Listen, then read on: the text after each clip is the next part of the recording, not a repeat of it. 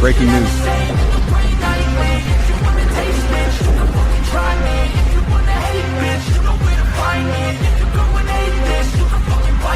I'll be cruising in my lane fast, call it high speed. I've been working hard, yeah, I've been working nightly. If you think you'll win, ha, not fucking likely. I be taking shots, yeah, cold-blooded, icy.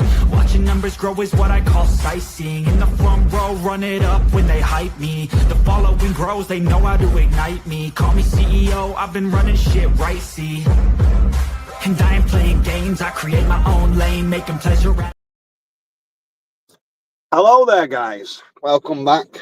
Hi, Rusty. You all right, mate? Right, so we have a special guest. I'm just waiting for them to accept the link and do whatever. Hi, Pop. You all right?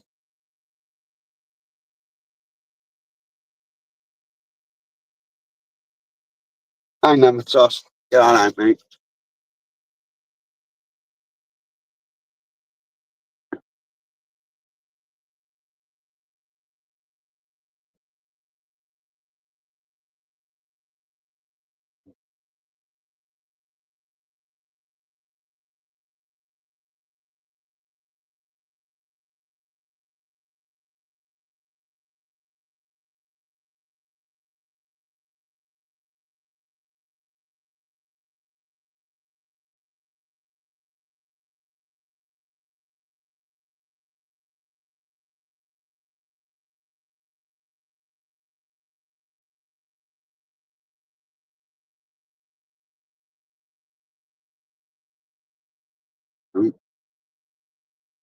Right, yeah, like I say, I'm just waiting on the guest to...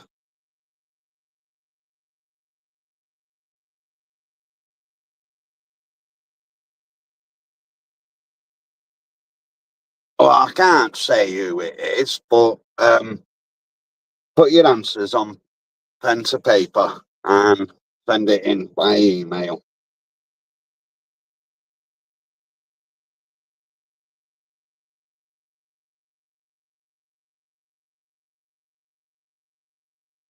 But yes, it is a female coming on, so she's probably doing her hair and her makeup and all that sort of palaver.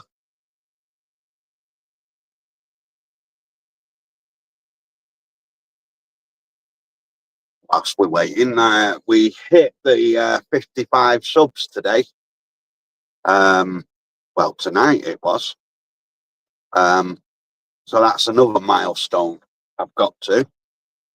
Now it's saying I've got to get to 60.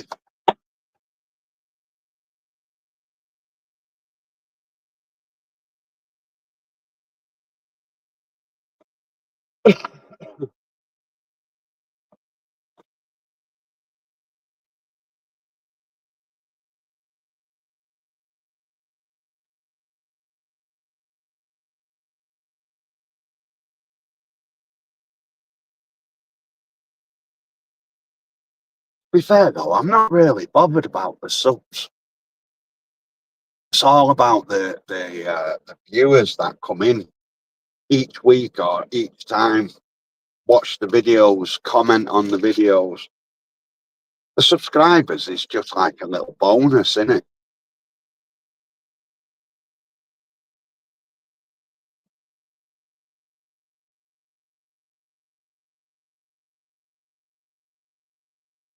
I've sent it, yeah. There we go.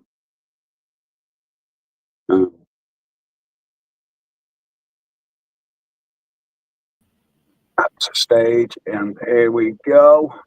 Sorry, there we go. I'm computer illiterate. Well, I'm saying nothing.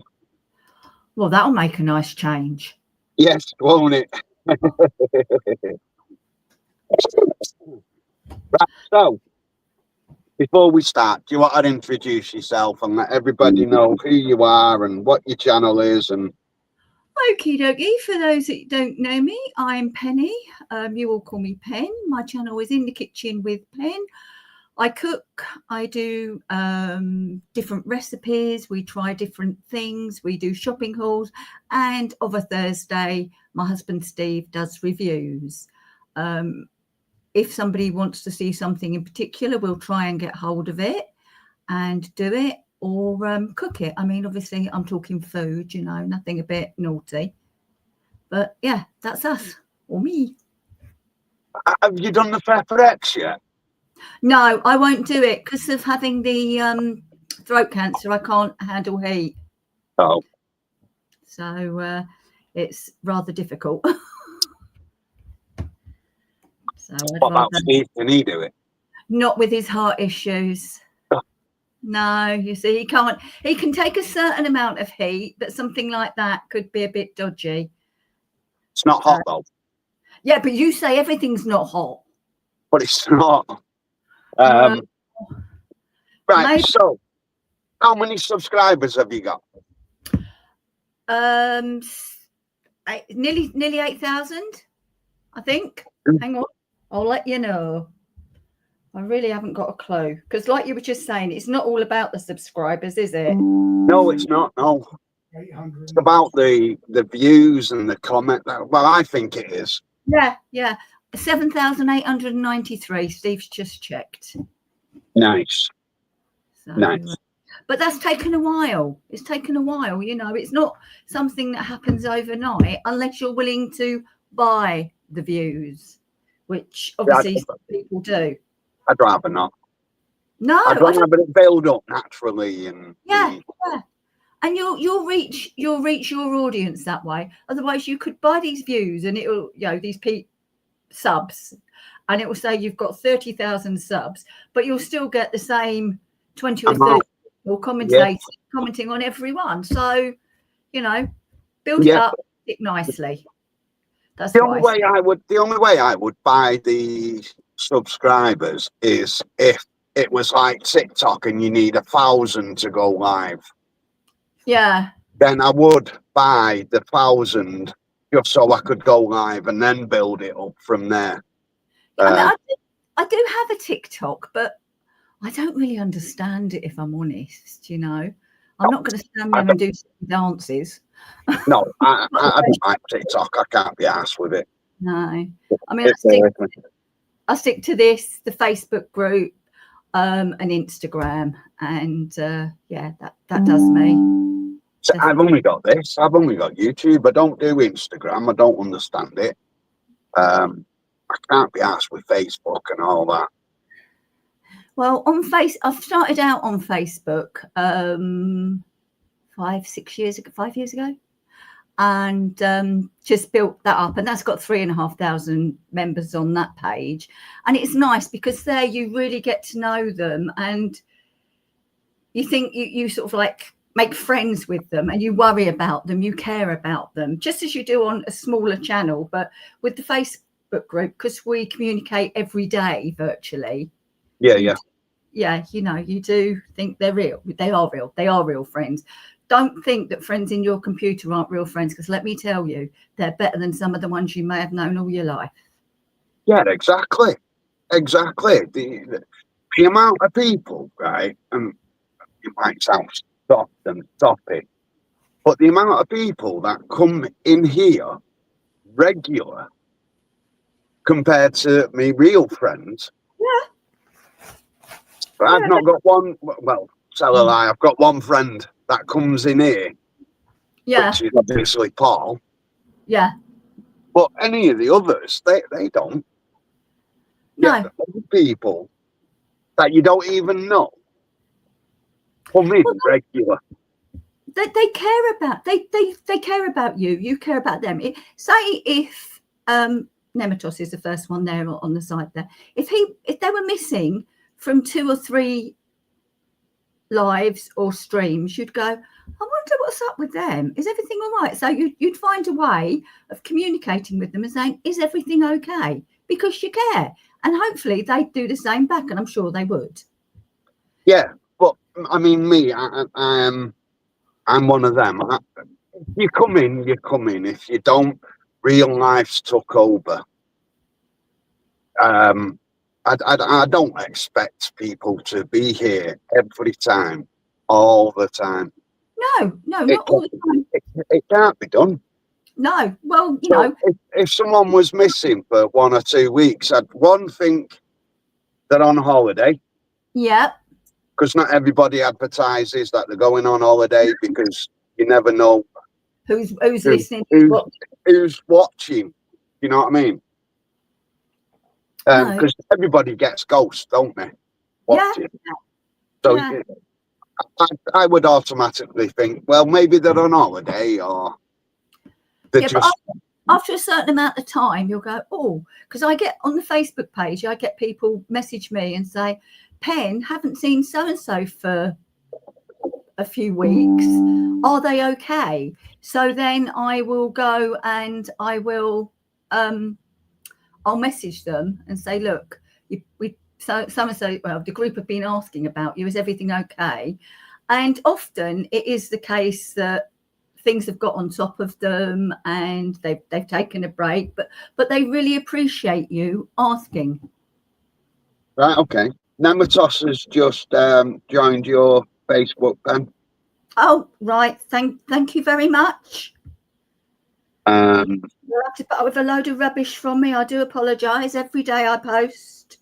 Only lasts 1 month, doesn't it, if you buy subs? I don't know, mate. I've never bought them, so I couldn't tell you. I haven't got a clue, to be fair. But I just know that people do, and you see other people saying, oh, well, they've bought all those subs, haven't they? You know. Yeah. Right, so I've watched a few of your videos. Oh, right. Thank you very much. And I've got to say that you, Martine, and Mandy, dinner lady, are annoying. Oh, I'm sorry. Don't take it. Don't take it the wrong way. Let me finish before.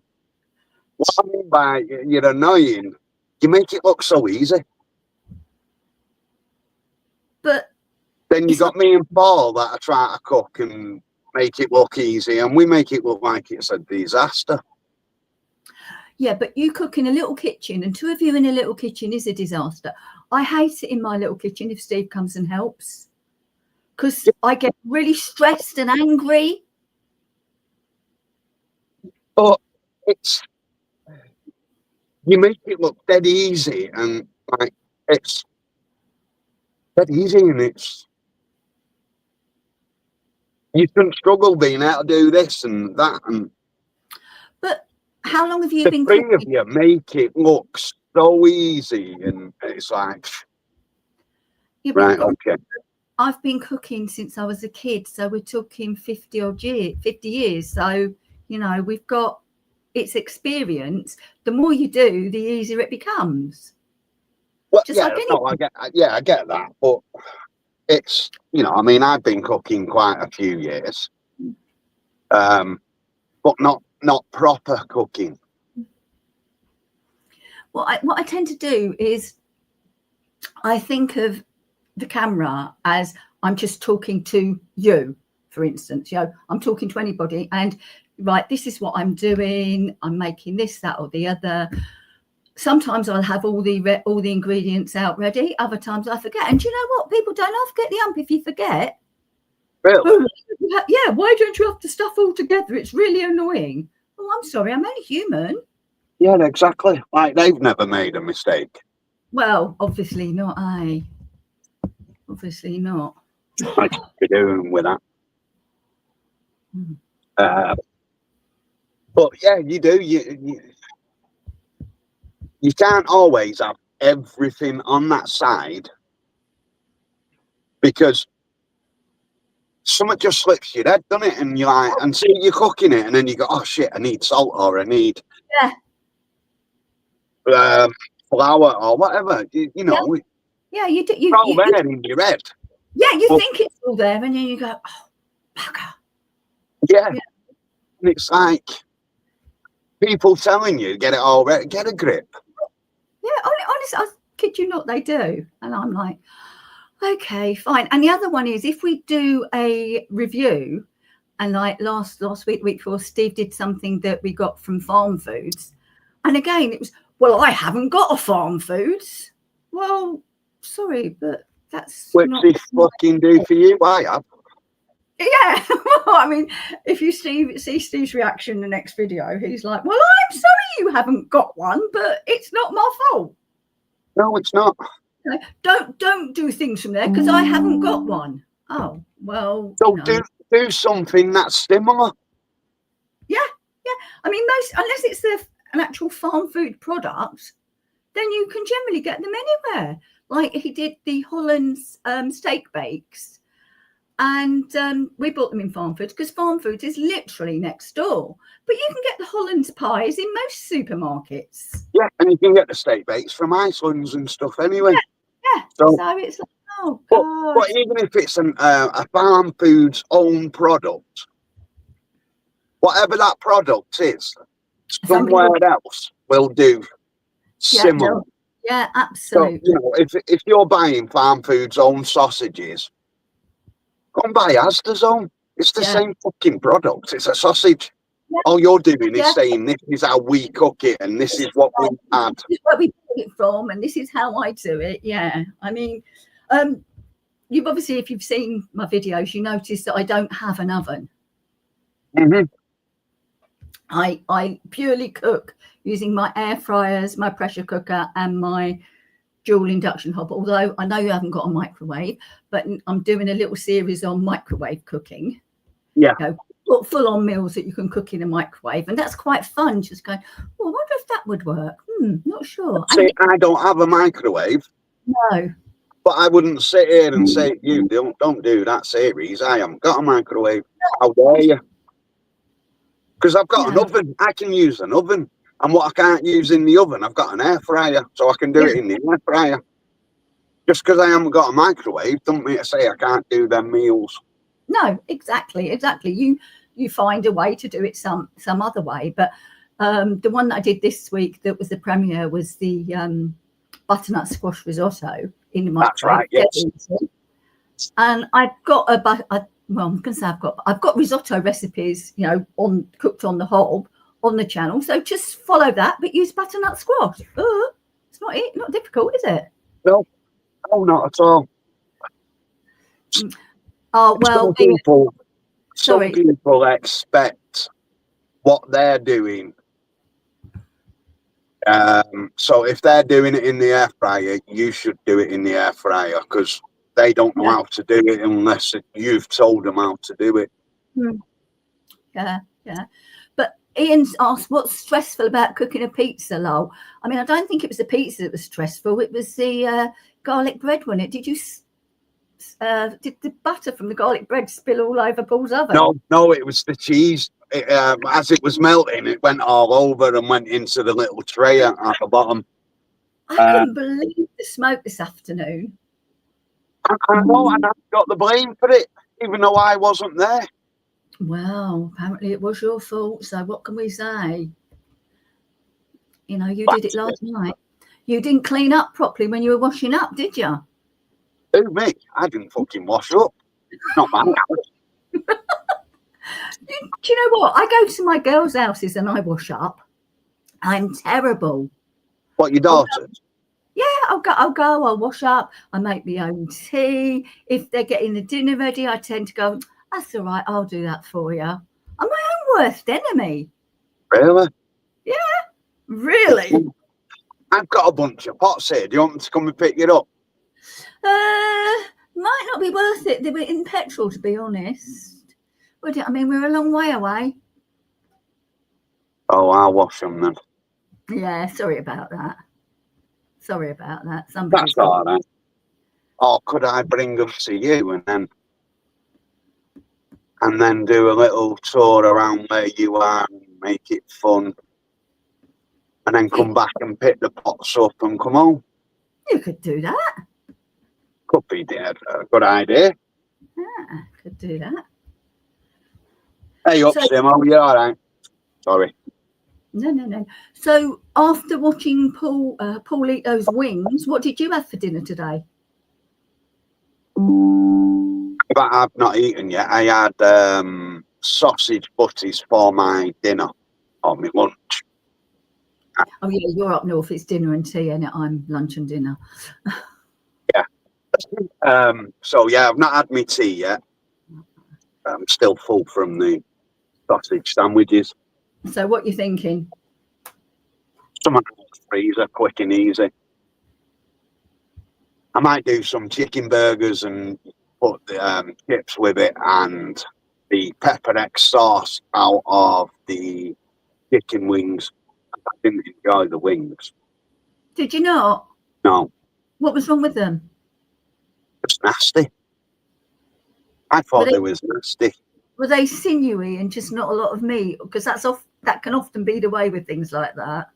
Yeah, and it was quite dry. I found them quite dry and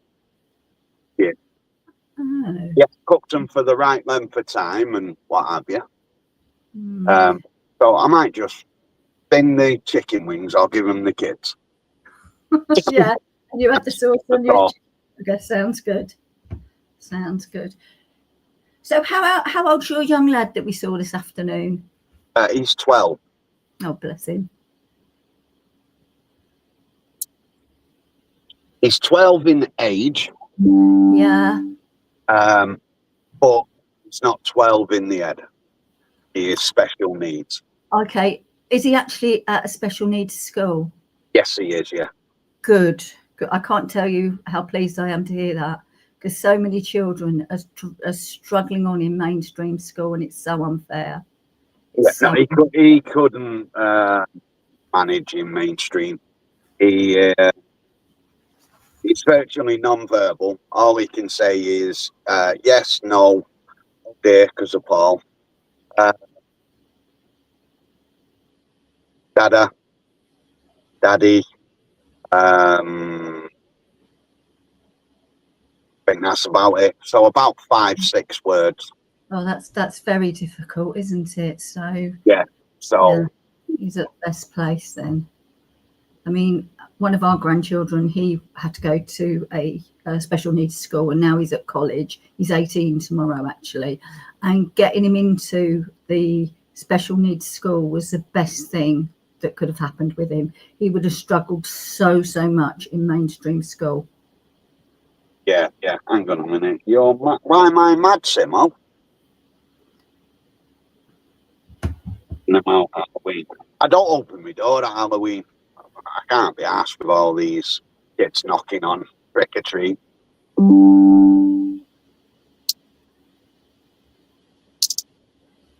I'm touching wood as I say this. We don't get them. You look it. Yeah. Using the pepper sauce. Well, actually, yeah, because I've got no chili sauce in to spice it up a bit. And waste not, want not. So it would be a waste. Because it's not that spicy.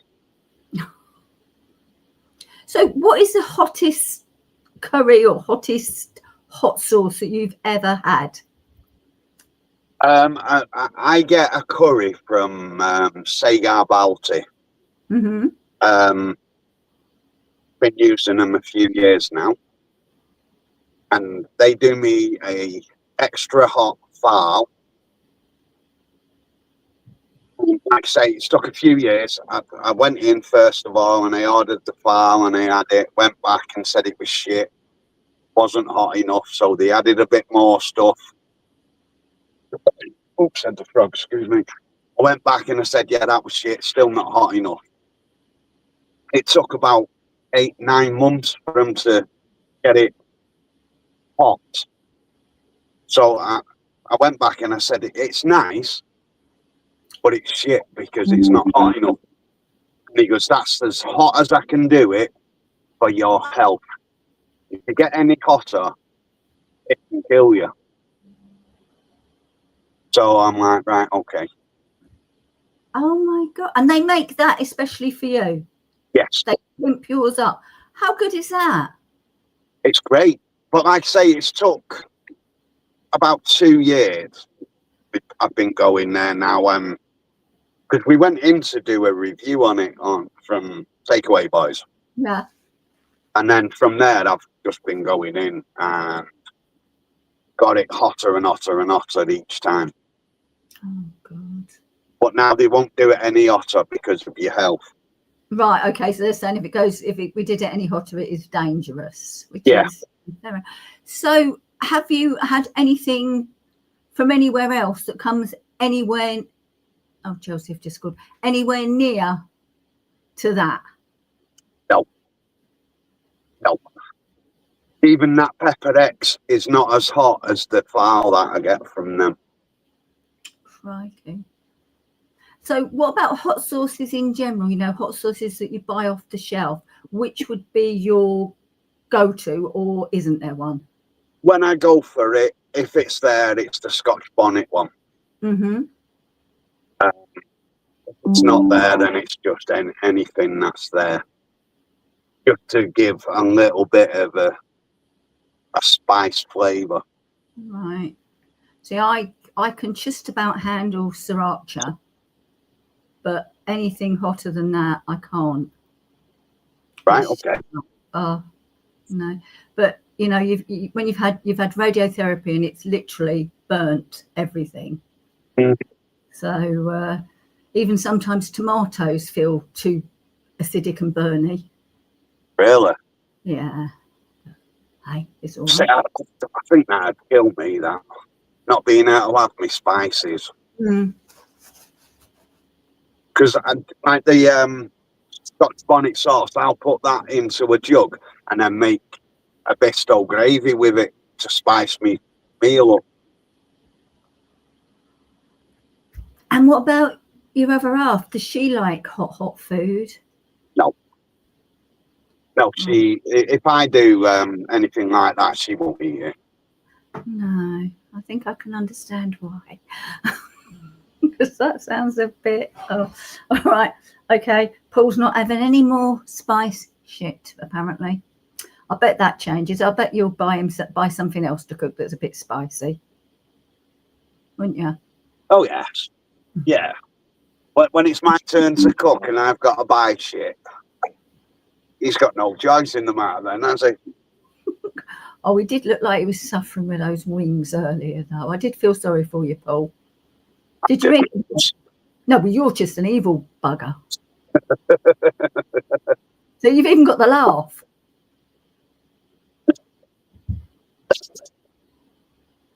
Well, I'm not evil. I just didn't find them that spicy, and I don't know how we can if they're not that spicy. But the videos I've seen of you two, you literally don't. Nothing heat-wise phases you, whereas Paul sounds more like me, and he's going, "No, that's too bloody hot. No, I'm not doing that." Well, I did Hell's Gate. It's my own thing that I do. Mm-hmm. And so I had a bag of Scotch bonnets. There was only 4 in it. And he'd only let me put 2 in. And then I put a little slug of Scotch bonnet sauce in it for him. And then the following day, he reheated it and put another Scotch bonnet in it. So don't let him fool you that he... Right, he's telling porkies, is he? Oh, yeah. Oh, right, okay. Oh, there you go. Rusty's suggested you try Lil Nitro. It's the world's hottest gummy bear. Yeah, that's a definite no from Paul. I'm not really into sweet, so that's my problem. Well, by the sounds of it, I don't think that'd taste like a sweet at all, would it? I mean... No, it wouldn't, but it's still a sweet in it. Being a diabetic as well, I've got to be... Yeah, in your head, you're thinking it's a sweet. Yeah. Yeah, no, I know that. Full of sugar and shit like that, being a gummy bear. Yeah. Things anyway. Now, it's just one sweet. Yeah, it's one sweet, but for a diabetic, that can do a lot of damage. It's all right. It wasn't me that said that. It was Nemetos. Yeah, I know. But I'm just saying, for a diabetic, it can do a lot of damage. Well, you know, the other week I had to go away because my blood sugars had dropped very much so. So I know what you mean. Although, if I want a sweet, I'll have it. Yeah, me too. If I'm not totally honest with you, if I want a bar of chocolate, I'll have a bar of chocolate, knowing full well it could fuck me up.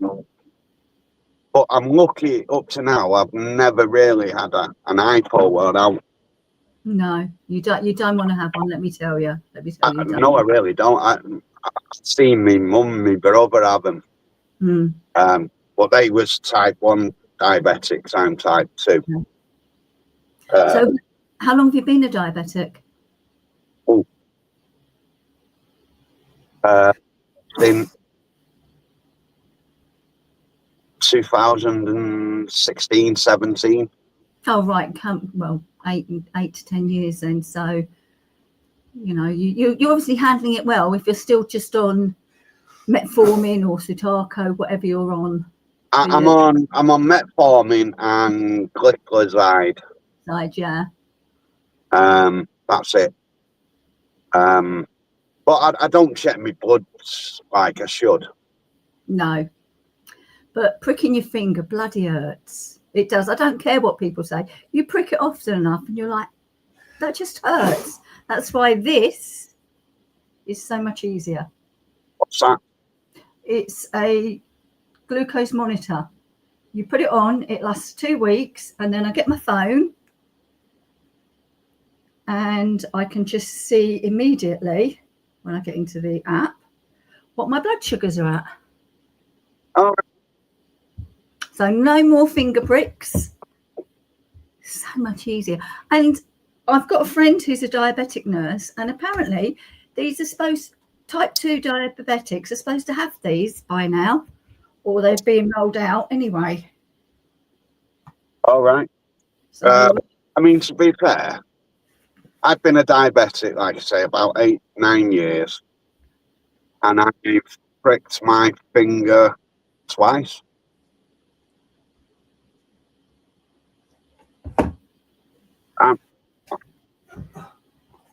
right, Steve's just gone and got me the box. Right, that's what it is. Right, okay. So that's what it. Well, you next time you have your diabetic review, you do have one every year, don't you? But normally, yes. This year, I've not bothered. I've not even been for my eye test this year. Right, I'm not saying a word. But next time you have one, just ask your diabetic nurse. Well, why do you not like? I didn't go for my bloods this year because I was on the bay when I was on holiday, and I had a bit of chocolate and shit when I come back. So I thought it's going to be full of sugars, so I won't bother this year. I'll wait till next year.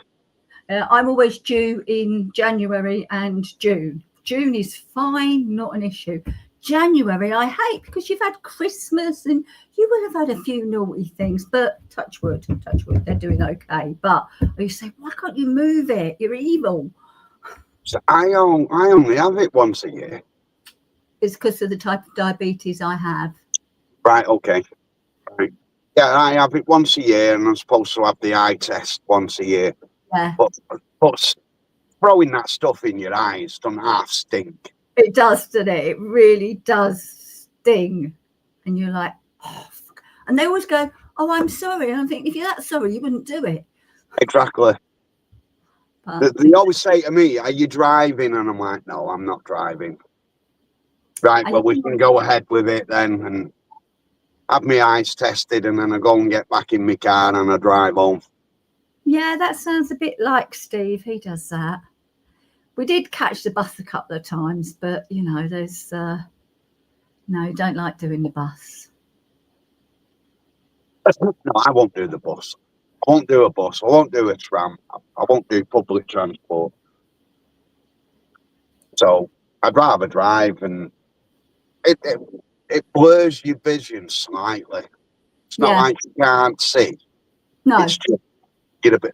The only thing I can't do is read because everything's blurred. But I can see everything that's around me. A film over my eye. That's what I feel like. I'm like looking through a film, you know, as in, I don't know, really. It's quite opaque. Yeah, well, I'm fine looking at anything. I'm fine, but I couldn't read a number plate in front of me. It's blurred. Right. But I can see there's a car there, and I can see people walking about. It's not like I'm blind and I can't see. If it was like that, then I wouldn't drive. No. But do you know what? You're not the only person who says, no, I'm not driving. You know, I got the bus or whatever. Because I reckon over 50% of people who have it say, no, I'm not driving, and then go and get in their cars. Yeah, exactly. I don't know. So what's everybody chatting about? I don't know. I've been ignoring them again. It's, yeah. I hate doing that. I know. I sort of catch something occasionally. And then it's not there. That's it. Move the mouse. No, can't see. Martine, I don't know if I've said hello already. I definitely haven't. Hello, Martine. Hello, Rebecca. Hi, Rebecca. I didn't see her come in. Not seen her mentioned. But there she is. Sorry, Rebecca. Rate my beer. Hello. Simo. Hello. I don't think I said hello. You're very ignorant, you, aren't you? I know. I don't know what to say. I'm really sorry. Martine, Steve's okay. It's just, it's as it is. He just needs a good night's sleep. I'm thinking of going. Stop nagging him. Stop nagging him then. But then he'd think something was wrong. Well, then he'll be able to get a good night's sleep. So would I if he had a good night's sleep. I'm seriously thinking of going up to Whipsnade and borrowing a couple of their tranquilizer guns. Because I mean, when I say he's not sleeping, he's literally not sleeping. He gets up, he goes, comes back to bed because he's really tired. He's tossing and turning, gets up again. It's like, oh, God. Even sleeping tablets don't work. The only thing sleeping tablets are doing are giving him a dreadful taste in his mouth. Oh, no. Yeah, so that's why meals this week have been a bit hit and miss, to be quite honest with you. Well, you know, I mean, can he not go doctors and get something stronger to help him sleep then? The doctor was very reluctant to give him these sleeping tablets, again, because of all his health conditions.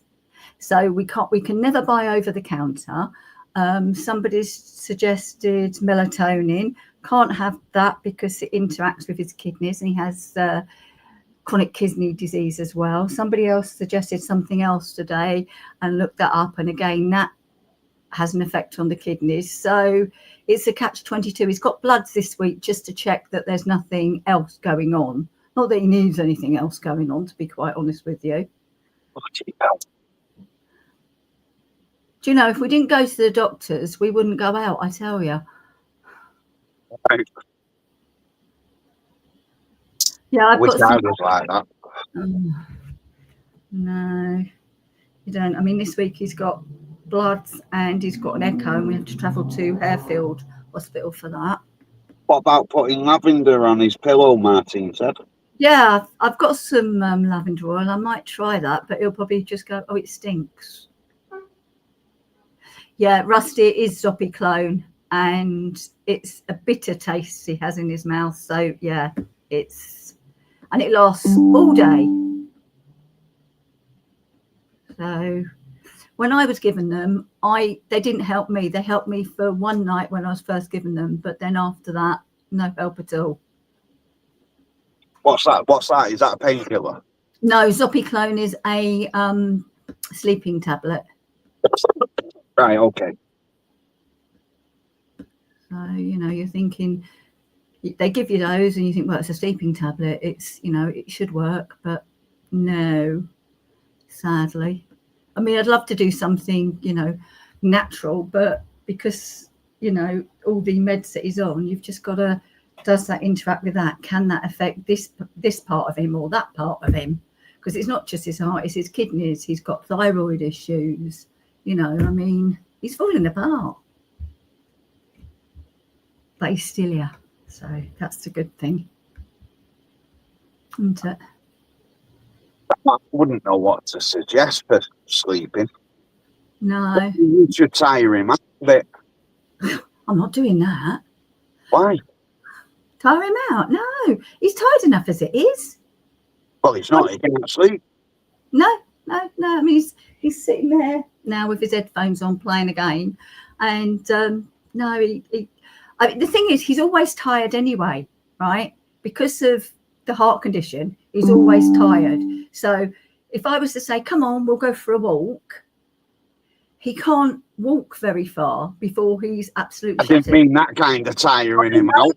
I know what you meant, and that's why I'm ignoring it. I'm not daft. See, when you get married, things change. Ah, that's what it is. We've only been married a couple of years. Have you? Yeah, we've been together 19, but only got married in 2022. Okay. You know, you've still got to put out for him. I have not. I'm far too old for that sort of thing. Yeah. Well, Anyway.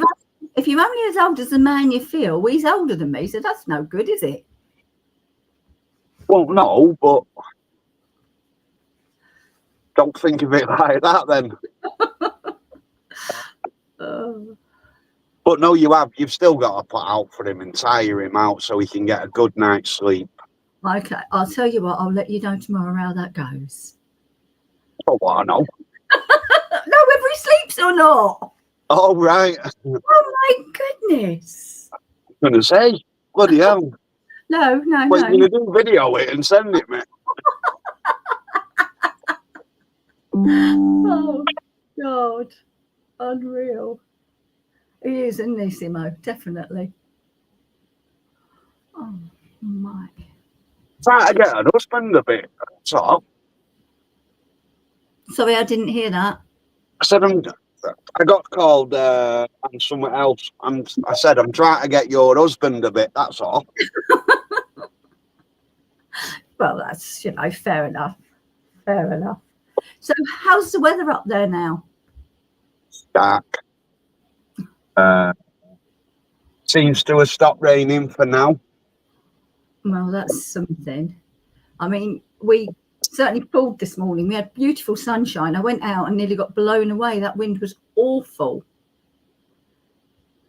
We got the wind about dinner time. Oh. I said to her, put the washing out, it'll blow dry quick. And then it started pissing down. I said, don't bother. No. Martine, what's the weather like over there? Because it seems to have been pretty bad in Ireland. And, well, I know your Ireland, but Scotland as well. Well, Rusty said, live stream it. Yeah, no, thanks for the suggestion, but I want to keep the few subscribers that we have. Thank you. Oh, no. 2 old farts, that's it. No, thank you. No, thank you. Right, excuse me, I'm just going to go and grab a drink. Okay.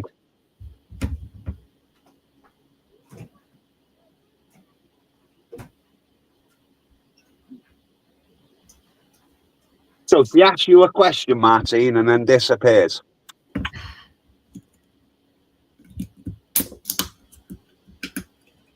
Well, she was asleep earlier, wasn't she? Who was? Martine, she was late to Paul's because she dropped. Was it last night? Was it last night she fell asleep? I don't know. I know one. I haven't imagined it, have I? No, I think it was last night. This afternoon she just got in. All right. Oh. Well, they've had a pretty rough couple of days there. Yeah, trees down, winds horrendous. Been windy in Preston. Ooh, few trees. Well, I've not been out today, so I don't know if we've got any trees down. Right, thanks, Martine. I thought I'd read it somewhere that you were late, you'd fallen asleep. Well, as long as the trees don't fall down on any houses or cars or people, it's all okay. We can all cope with that, can't we? It's when it's people or, well, cars and houses can be repaired. Sometimes people can't, so. Don't matter as long as it's not me. You don't mean that. Oh, I do. Oh. Martine, I've got a friend in Belfast and she said that they've been forecast 7 days of rain. Is that the same in Southern Ireland?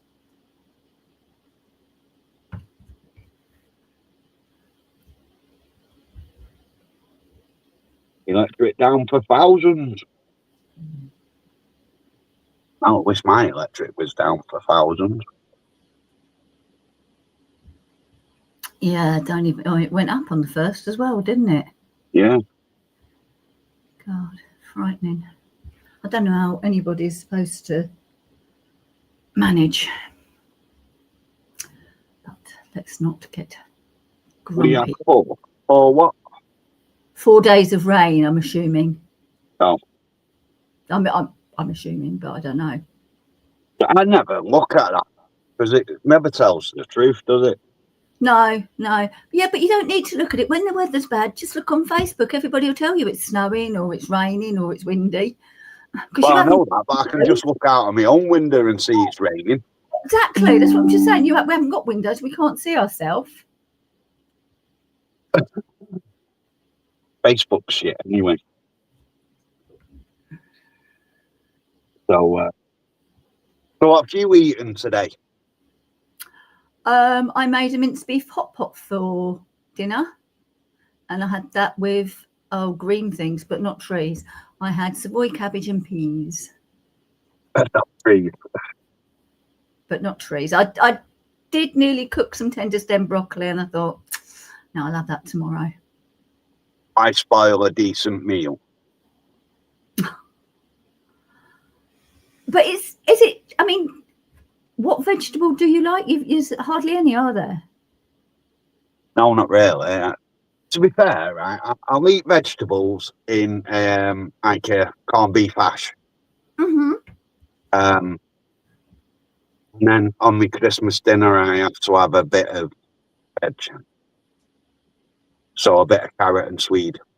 Right. And it is only a bit, like a teaspoon. So what about in a curry? Do you have vegetables in your curry if you were making it yourself? No. Oh my gosh. Is that since you were a kid you've been like that? Yeah, I've never liked veg. If I have veg, it's got to be so soft. Can't eat Chinese because their veg is all crunchy. It's nasty. Lovely, you mean? You sound like a man after Steve's heart. He likes his vegetables. I would say ruined. He would say cooked. Yes. I like them to have just a little bit of a bite still.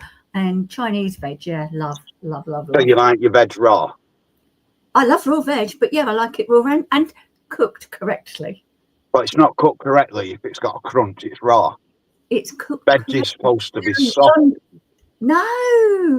Who wants a soggy bit of broccoli? That's why you don't like broccoli, because and that's why I won't buy frozen broccoli or cauliflower. In fact, the only frozen veg I buy are peas, pearl onions, and spinach. I don't buy any other frozen veg. Well, I buy a frozen base mix sometimes, but not carrots, not cauliflower, peas, not nothing. Well done, Martine. If I have peas, it's got to be mushy or marifat. Oh, I love those. Can't eat garden peas, they're nasty. They're like little bullets. Sweet corn's nasty because that never, you can cook that for fucking 6 months and it still won't go soft. No, do you know, you're quite right. It never is soft, is it? It's always got that little bit of a bite. Yeah, it's strong. Yeah. But there you Soggy. go. Yeah, it's got to be soggy and fatty. And like, Yeah, if she does like a Sunday dinner yeah. and she chops the veg up and then she puts some carrots on my plate, it won't get eaten. They'll go on to Harry's plate.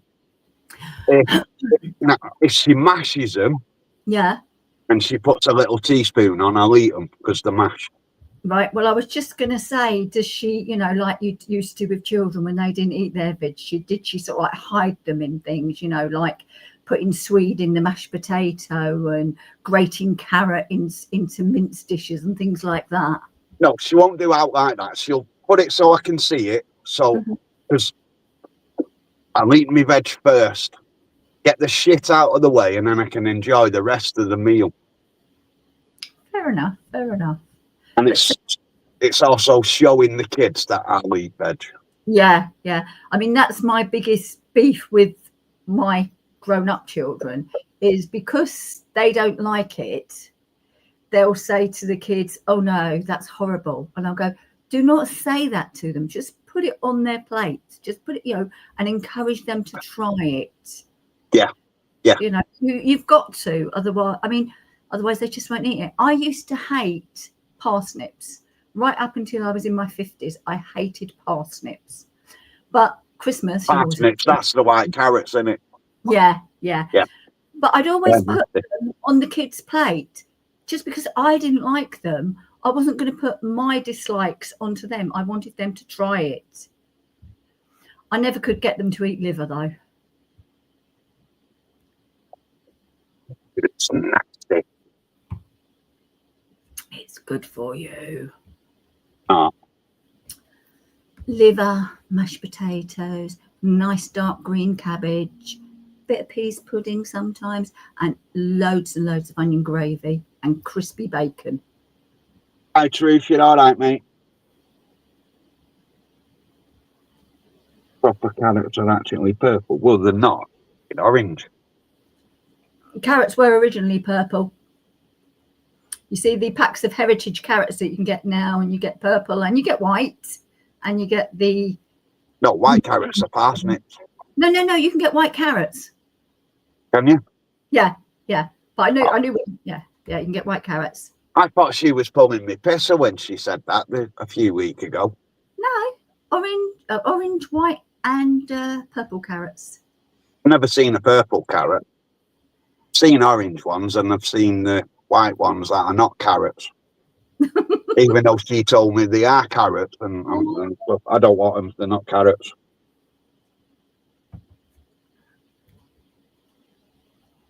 But I've mashed them for you, I don't want them. They're not carrots. But they are, they're white. No, carrots are not white, they're orange. Orange, yeah. So I think I said before that as a kid, I didn't like vegetables, and I would put, and you think this is gross, I'm sure, put mint sauce on it, and then I would eat my vegetables. Did you never try putting a sauce on veg when you were kids, just to try gravy. And eat it? Just gravy. Yeah, then it was. But as a kid, I was forced to sit at the table until you've eaten them. Yeah, see, I can remember my niece having to do that on a Sunday. She was sat there when me and her mum were getting tea ready. She was still sat there having to eat her dinner, and I think it's a bit cruel. So, I mean, to be fair, our dog used to love veg.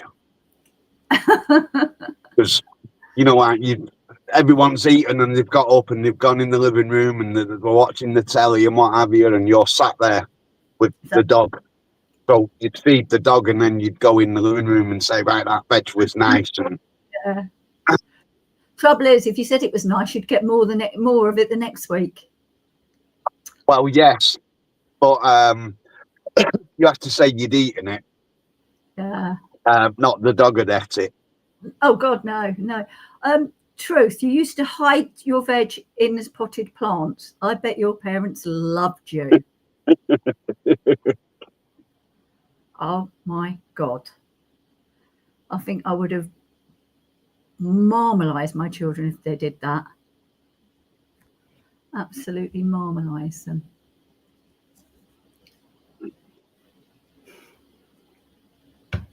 Sorry, I nearly choked on my drink then. Mum would say, "What's that smell?" And it was the rotting vegetables. Yeah, I can imagine. That would have been awful. And you're in the south of America, right? Where it's hot. Oh, At least gee. I fed it the dog, not the Yeah, plants. I mean, you know, it went. Yours was naturally composted via the dog, not composting in a plant pot. Yeah, but if veggie is good for you, then it'd be good for the plants. I see how he's thinking there. Yeah, well, I mean, you do put them, you know, you peel one out on your compost heaps, don't you? Don't know, do you? Yeah. Put them in my green bin. Hmm? Put them in my green bin. Well, I haven't even got a compost heap or a green bin because I live in a flat. So there you go. But I used to.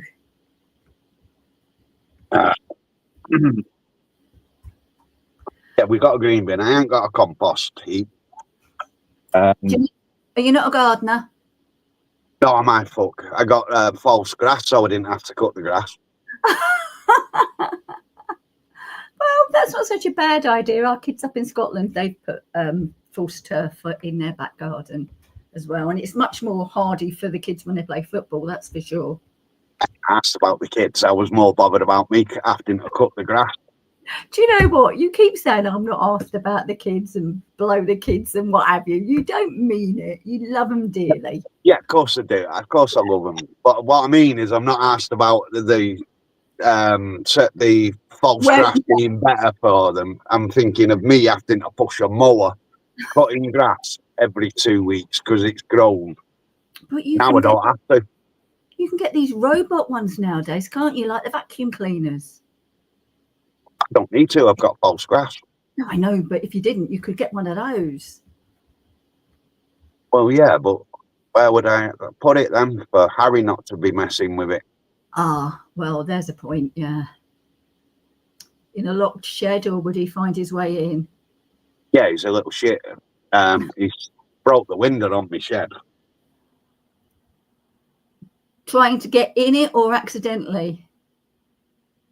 With a little temper tantrum because he couldn't get out of the gate. Oh, bless him. He didn't hurt himself, did he? No, it's a plastic window. Oh, right.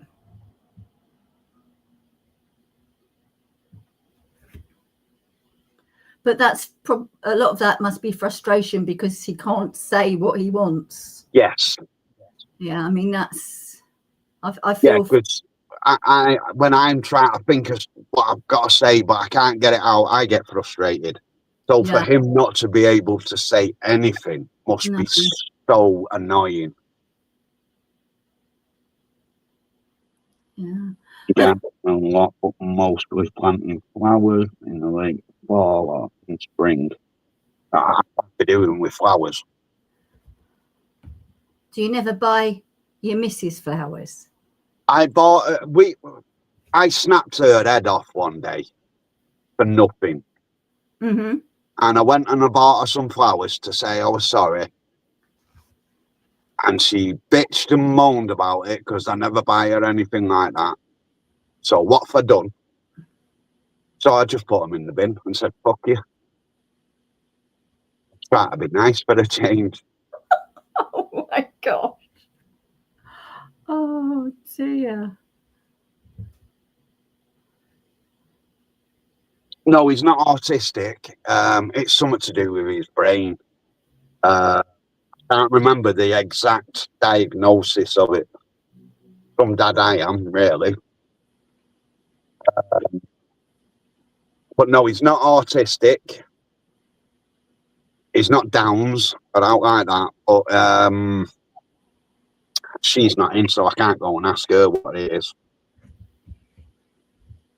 Mind you, there's so many acronyms for things nowadays, aren't there? So you know, ADD and ADHD, and obviously your boy is non-verbal. But you know, and do you know what about the autistic question? I think most of us nowadays would be on the autistic spectrum, as they call it, because what is normal?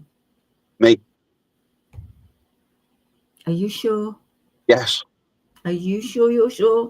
Oh yes, I'm definitely normal. Hey, don't mate, don't be sorry for him. He is what he is, and I love him to bits, and I wouldn't change him for the world. The only thing that bothers me is when I'm not here. Yeah. What? Who's going to look after him then? That's the only thing that I worry about, because there's going to be a day he wakes up and I'm not here. Have you got other children, Andy? Yeah. Right. Are they older? Yeah, they're 15 and 16. And then what are they like?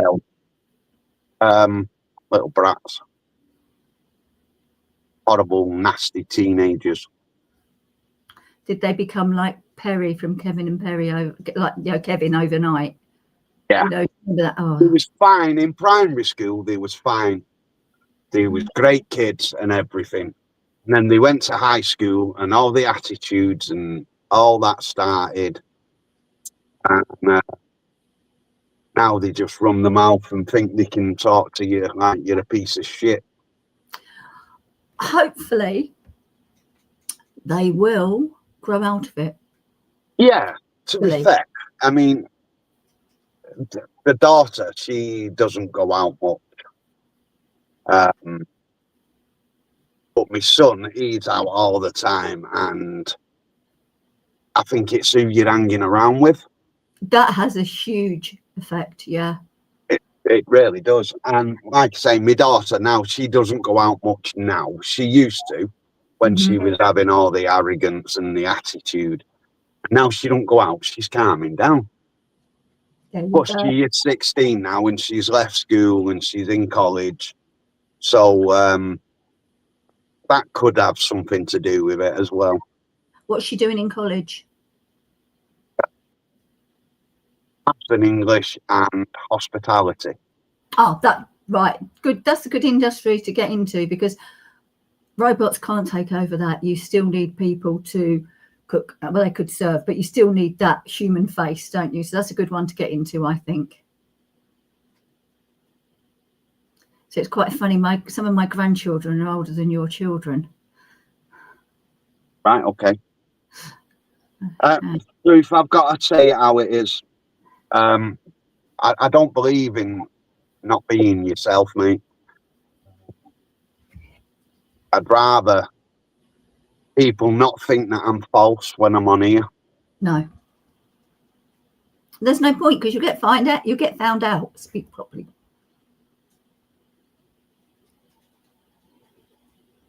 Yeah, of course they do. I mean, to be fair, when I was 15, I was a little brat. So, and your parents tell you to do things. What do they know? They've never been a kid. Exactly. That parent, me, myself, the way I saw it was my dad was never my age. He was always he was always old. They were always old. Absolutely. And that's the same now with my kids. I've never been their age. No. Never been 14, 15, 16. You don't know what do I know? Although, to be fair, hasn't it changed? Hasn't it changed when we were that age? I mean, I worry so much about our grandchildren now. I mean, at 14, 15, like you, I was out. I was going in pubs and all sorts, nightclubs. I honestly say I never did drugs, never did anything bad, but I was going in underage. And it was always safe. Yes. Nowadays, I worry about them going to the local shops. Yeah. But to be fair, though, right, it could have still been as bad in our day, but we didn't have Facebook and all that sort of shit to report it for us. You're right, because the other thing is people always say, oh, but there's more paedophiles nowadays. No, I'm not sure that there are more. It's just that you hear more about it. Yeah, exactly. You hear it more because of social media. And Yeah. if that wasn't about, because how many times can you go on Facebook and be flicking through and you see something about somebody? If you weren't on Facebook, you wouldn't have heard it. No. So Or you get, oh, why were there so many police so and so earlier? You know, whereas before, once it was reported in the local newspaper, you'd hear about it. But now it's like, I saw this, I want to know what was happening. And then you get these theories, and then yes, eventually you'll search for it. There's the truth. yeah, but you don't know if it's the truth or not. Because you've heard that many different stories. And then the actual person could turn around and say, well, this is what, no, I'm not believing you because so and so and so and so have said this, this and this. Yeah. You don't. Social media is a good thing, but I think it's a bad thing too in some ways. I think if children get on social media too young, it can be really bad. And there's also, we're not just talking bullying, there's all sorts of things going on, and there's photos being sent, and it's just awful. Yeah, well, I mean, it's like Google. I've always said to my daughter, because she's a redhead, and she's like, why am I a ginger? So I sat her down and I said, look, it's not your fault, it's your mum's fault. Because when you was born, she used to put you outside in the rain and you've gone rusty. She fucking Googled it. She didn't. She did. Can I go rusty? Can you go rusty by being out in the rain? Next time when I'm saying to her, like, that's what happened, and she goes, no, I Googled it. It's not that. Oh, that's funny and sweet at the same time, isn't it? No, she shouldn't be Googling it. How am I supposed to wind her up? Well, the trouble is, we buy them the phones, we buy them the laptops, we buy them the tablets. So who's at fault? Oh, well, if I didn't do all that, then she could do it in school and she'd be able to come home and say, that's not true, is it? I Googled it. In my day, I looked at the encyclopedia. I went to the library and I looked I need to know what this is. Hang on, let's go to the library. Yeah, absolutely. Is that speaking from experience, truth about the Polaroid, eh? Yeah, but they're coming back in, aren't they, Polaroids? Really? Our Emily, our granddaughter, she got one for Christmas last year or the year before. It's what she wanted. I was quite surprised. I'm glad I hadn't taken a drink before I just read that truth.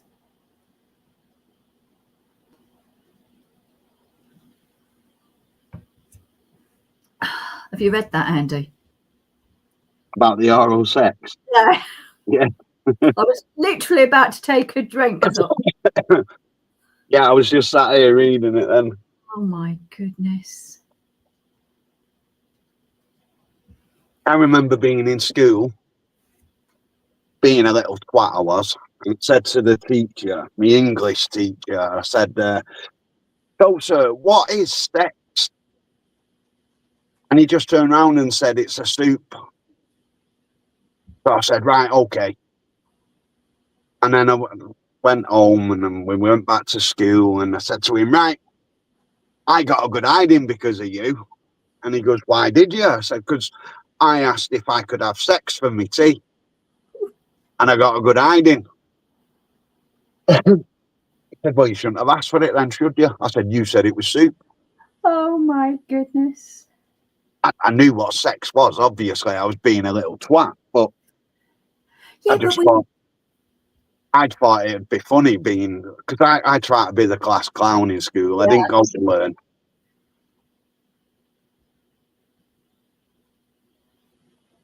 Yeah. Oh yes, chips and soup. No, you see, that just sounds so wrong. I know you really enjoy it and you say it's lovely, but I just cannot get my head around it. What, chips and soup? Yeah, Really? yeah, really. I'm just like, no. But then I don't like chips and gravy either. I don't like chips and cheese. You free. Possibly, quite possibly. What's your favourite soup?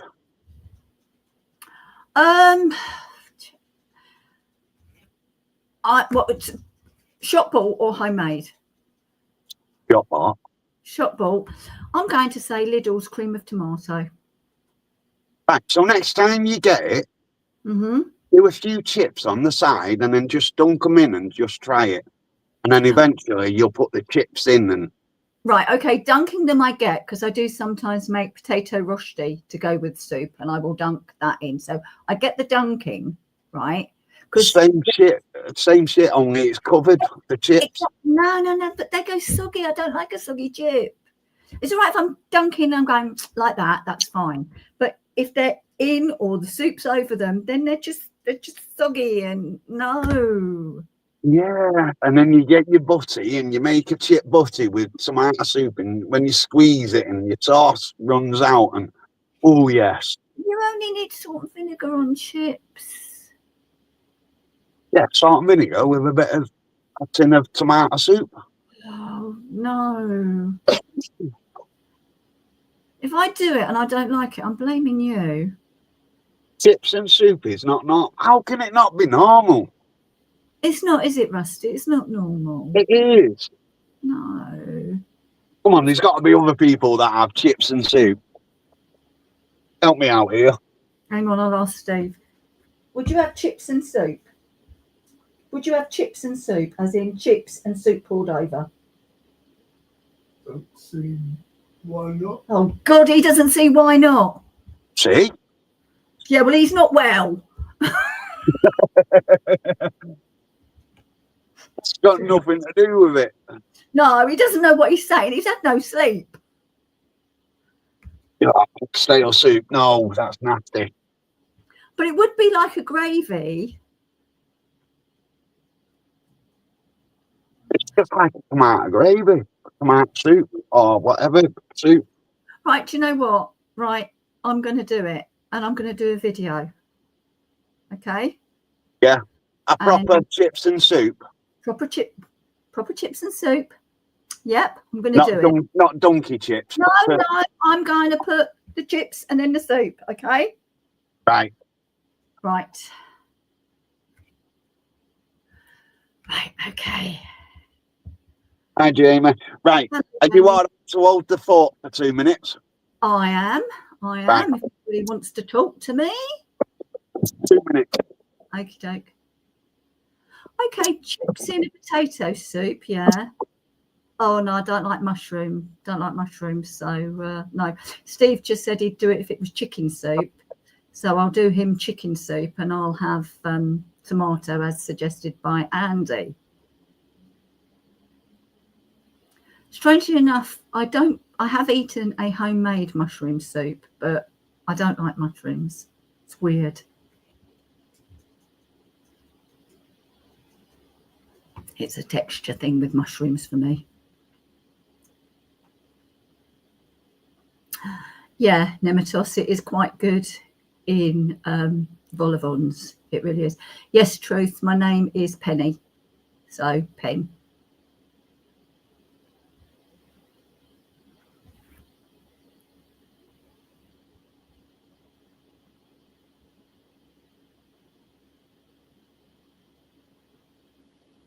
Was it you that said that I've got a real English accent, Truth?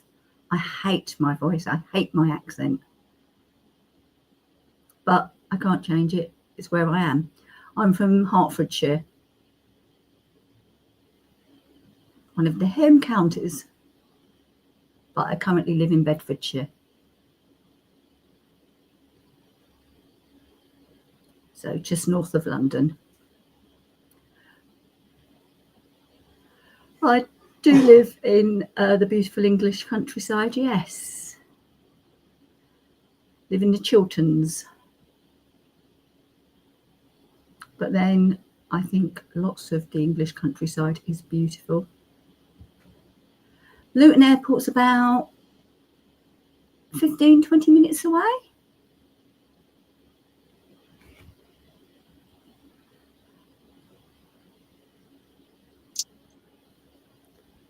It's not, is it, Rusty? It's weird. It's definitely weird. Whereabouts in Yorkshire are you, Jamie?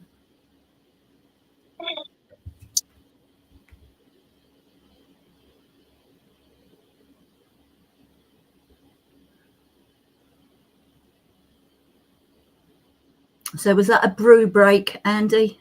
Yeah, I've just gone and made a quick brew. I was going to put a cup of tea in a flask, but I've already drunk one cup of tea while I've been doing it, and halfway through me lemon Coke. Nudge the hubby and say, do a brew. Eh? Just nudge the hubby and say, do a brew. No. Andy just suggested that I just nudge you and say, do us a cup of tea. Yeah. No, John. Nudge on.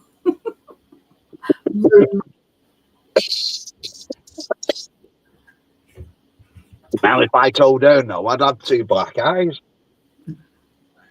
I've got 2 black eyes. That's through lack of sleep. Would you like a cup of tea, dear? That would be wonderful, darling.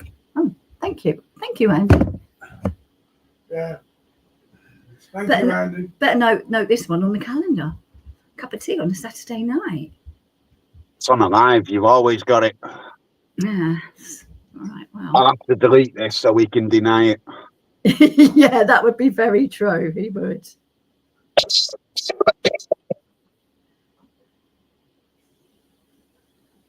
So, what's your favourite Sunday dinner?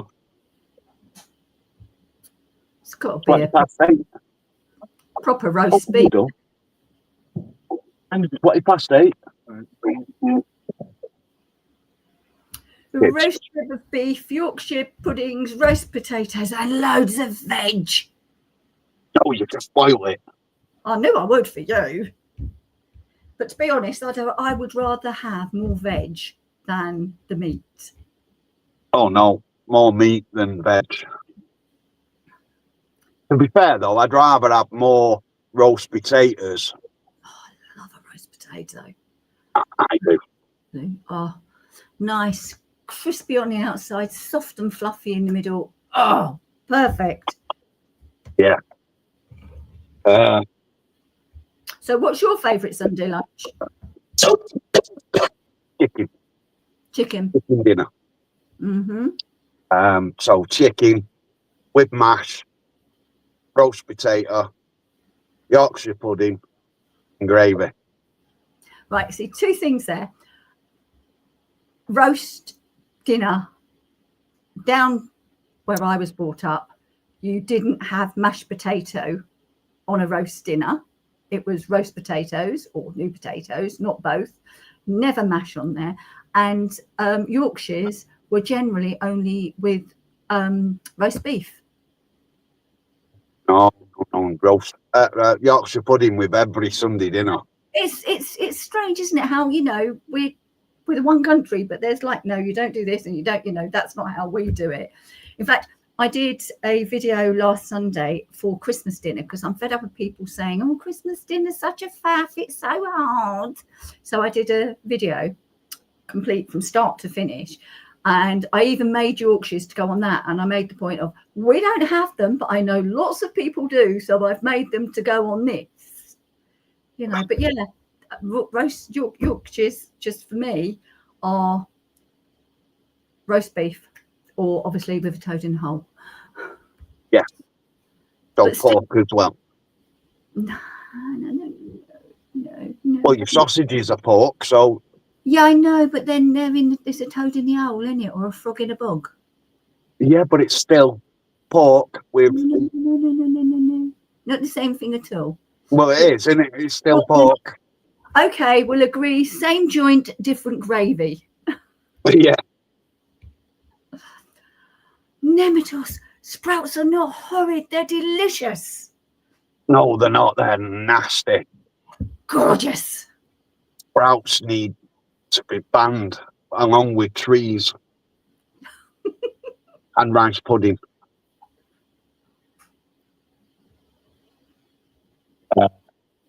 No. So if you have a Christmas dinner, do you have mash and roast then? No, just roast. Really? Yeah. Just roast. Well, just roast parsnips, roast potatoes, stuffing, pigs in blankets. We should have roast and mash. Shut up. Yes, you should. I agree. But no, we don't do mash on it. No. And stuffing, that's another one that people put on lots of different meals, isn't it? I don't mind it with obviously chicken and pork, but I wouldn't have it with beef or lamb. Thanks, darling.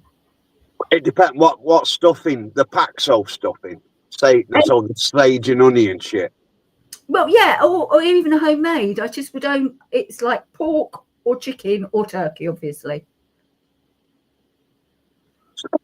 I would have the sage and onion stuff with any Sunday dinner. Mm-hmm. But I'd say 8 out of 10 times I forget to pick it up from the shop, so we don't have it. But yeah, I'd have it on every Sunday dinner. And I do like stuffing. I really do. But it's programmed, isn't it? It's what you're used to. So it's like, no, I don't have it. Rusty, it's okay. He can have mash tomorrow, but we're having homemade steak and ale pie. So he can have mash with that. Well, that's not the same. He wants a full Sunday dinner with mash, roasters, Yorkshires. But we're not having a full Sunday dinner tomorrow. Well, you'll have to change your plans. I've made the filling, so I'm not changing no plans for nobody.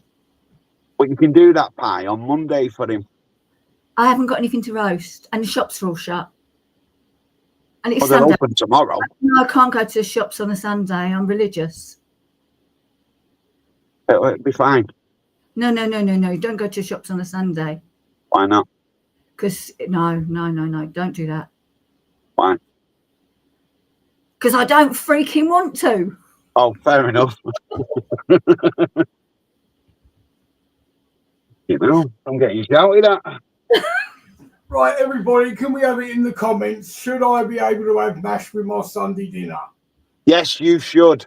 Right, put it in the comments. If we can get to one person commenting and says yes, that's the law. Right, that's okay. I'll buy some instant. No, that's cheating and nasty. I'm allowed to cheat occasionally. No. Yes. No, he wants a proper mash and a proper dinner. Yeah, quite right. Go back to being ill. It's not like you're busy doing other things, is it?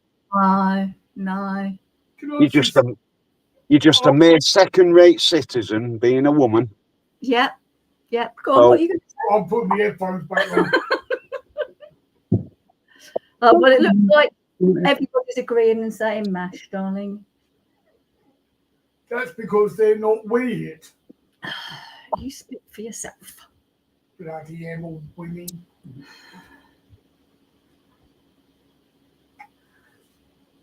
Right, so you're going to do him mash from now on his Sunday dinners? Occasionally. No, not occasionally. Yes, occasionally. Yes. So you'd have boiled, would you? No, like I'd have roast. Well, you have roast and do him roast and mash. Yeah, no, not every time. No. Why? I'm nice, but I'm not that bloody nice. It'll take 20 minutes to do him.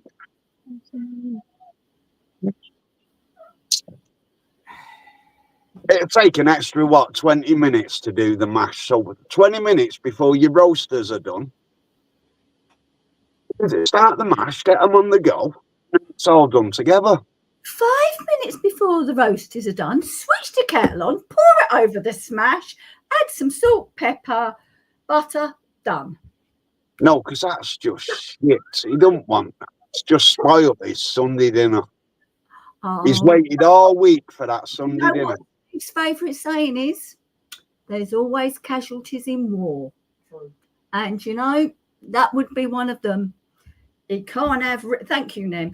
You can't have real mash every time. I will do it occasionally. I'm not doing it every time. Because do you know what? The trouble is, we do these Sunday roasts and then we're like, can't eat it all. So then I'll have more. Oh, I know what his thinking is. There'll be more for bubble on. Yeah, more for bubble on a Monday. Yeah. To go with his pie on Monday night. Bubble and squeak and pie. He's having pie tomorrow, Andy. Oh, you're evil, you girl. I know. Shut it.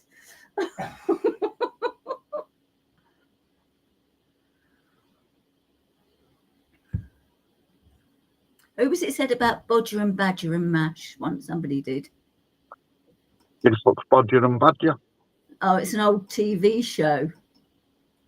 My great niece used to love it. Yeah, that was Rusty.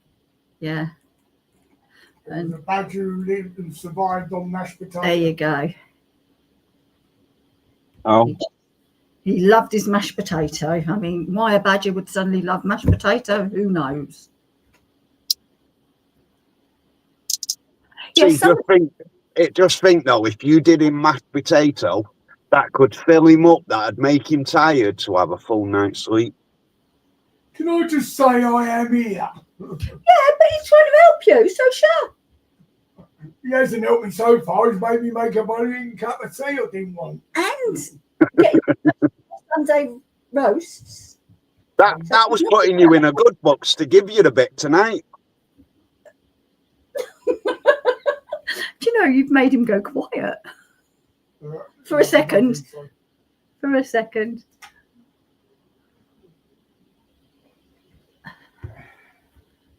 Anyway, just in case anybody didn't missed it, Liverpool lost. Arsenal were on top of the league. Oh, he's a very happy bunny. Don't really follow the football anymore. Oh, you must be a Tottenham supporter. No, I used to follow United, and then Fergie left, and It all went downhill.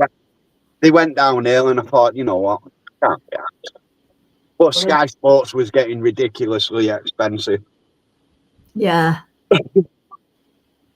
They are. But United did win today, so we're both happier today. What, are you a United supporter? I am. So you can imagine a Gooner and a United fan. Mm. Been Supporter. to more Arsenal games than United. Yes, I've been to more Arsenal games than United, yes. Hey, we've all got our faults, so haven't we? He used to go to every game till he got ill, home and away, went all over Europe with them. Was that just to get away from you? That was pre-me. Oh. So you made him ill? Oh, definitely. Do you know, we'd been together less than a year when Steve became so seriously ill that he nearly died. Yeah. So, yeah. What's he done to him? Wore him out, mate. Sounds it. He was sleeping then, I tell you. Well, there you go. Help him sleep now. No, that's all he was doing. I know you do, darling. It was horrible. I can have the long sleep. No, not yet a while. Not yet a while, darling. Oh no, don't leave it on her own yet. She's got to do your mash first for your Sunday dinner. There you go. So once you've had that, it's fine. Oh dear. So your boy, your eldest boy, Andy, is he not into football? Does he not play or anything? No, not anymore. He's 15. He's 15 now, and he's too old for it. Oh, really? Yeah. They'd rather walk the streets and be idiots than. Oh. Still, I don't suppose you don't mind any more Sunday mornings on the touch lines, watching him in the wind, the rain, the snow. No, none of that. Oh, None of that. God. that was. Oh, we don't mind not doing that now. We occasionally go and watch the grandchildren. I should say. It's lovely, thank you. Yeah, it's a lovely cup of tea, thank you. It's the best one she's ever had. It's the best one I've had tonight. It's the fucking last one he's doing, you know. Being nasty to him. I'm not nasty. Well, you are. You won't do maths for his Sunday dinner. Andy, if I asked her to do the mash, mate, she would. Oh, well, at least you've trained her right then. I don't know about that, but she knows who's boss. Yeah. And I give you permission to say so. Thank you. The same here. I'm the boss in my house when she's out and the kids are out. Yeah. It's horrible because I've still got to boss myself around. But do you listen to yourself? No, do I, heck? No. No. I mean, men, do they listen? No. Buying somebody, it might as well be myself. Can't defy her. Oh, you make it sound out like you have such a rough time of it. Oh, I do. It does nothing but moan from getting up to going to bed. Steve just said, where do you live, Andy? It's Crewe, is it? Manchester. Manchester. It's Paul lives in Crewe. Yeah. Yeah. Yeah. Paul's in Crewe. I'm in Wivenshaw, just near the airport. Uh-huh. Did you hear that, babe? Has he come across the famous Charlie Beach? Oh, yeah. Have you ever bumped into Charlie Beach on your travels in Manchester? No, I don't go into Manchester itself. I can't stand it. That means I've got to go shopping. And You don't do shopping. No. I mean, unless I want something. If I want something, like yesterday I wanted them pizzas from Asda. Yeah. Then I'll go shopping. But if it's like for the house, then no, she can go shopping. I hate shopping. It's such a girly chore. Because women just love shopping. Yeah. And I can go shopping and not buy anything and have a great time. We'll go and I'll be looking at clothes and things, and Steve will go, do you want it? Get it. And I'm going, no, I'm just looking. And it's like, I can go all day, shop, but not spend anything. See, now that'd do my head in, going round all these shops. Like today, she's gone to town and she's like, do you want to come with us? And no, thank you. I've got no one or wish or need to go to town. Spend all day looking in stupid shops to then go back to the first shop to buy that first thing that you looked at. No, thank you. Yeah. I mean, I must admit, when we watch Charlie and other YouTubers in Manchester city centre, it looks quite intimidating at times, especially round Piccadilly Gardens. So, and when they're doing all these marches every weekend as well, I couldn't cope with that. I don't mind saying. No, Nemesis. If I go shopping for the house, it's always wrong. I always get the wrong thing. If she says buy a loaf of bread and I buy this loaf of bread, I should have bought that one.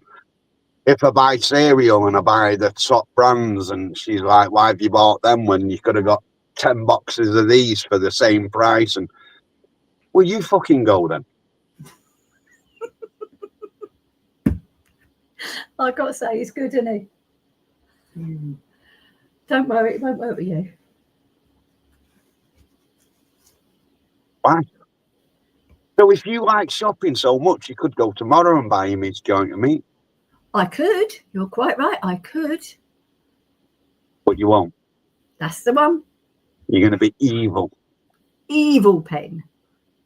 You should change your name to In the Kitchen with Evil Penn. Okay. Yep. I feel sure. Right, I shall ask.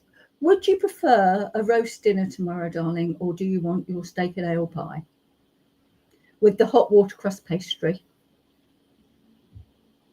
Or they could have that on Monday with the bubble and squeak left over from the Sunday dinner. I'll go with a flow, dear. I'm not bothered. He's not bothered. He's not bothered. See, that's because he's a man, and we know if we say something different, we'll never hear the end of it.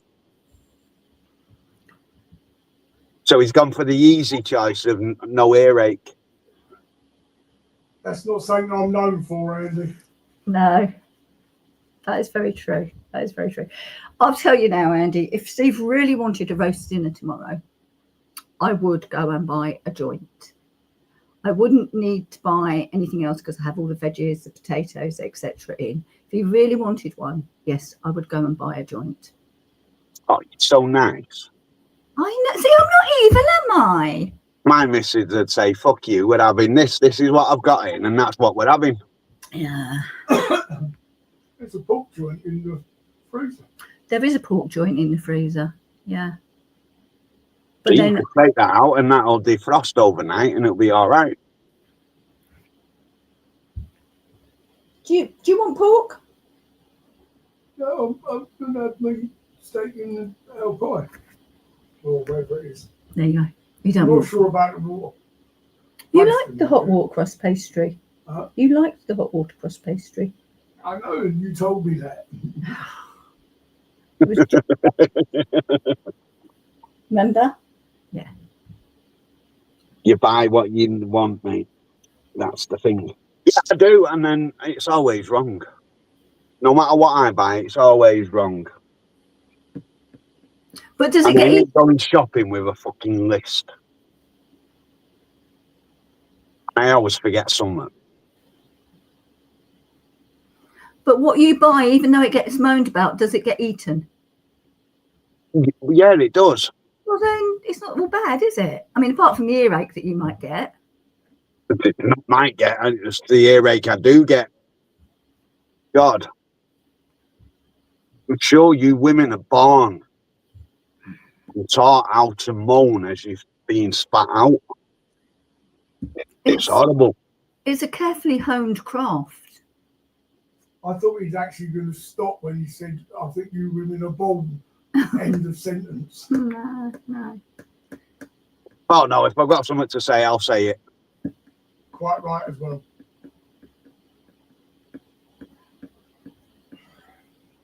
Spat. Well, they are spat out, aren't they? Unless they're cut out. Such a lovely turn of phrase, isn't it?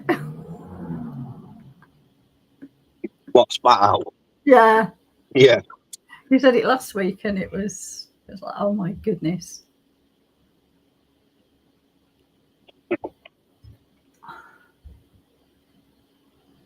Well, they do. Us men do not moan. Say what? Us men do not moan. Oh my days. You've done nothing but moan about your missus moaning at you. No, that's just explaining. Moaning. That's explaining. That's not moaning. It's mansplaining.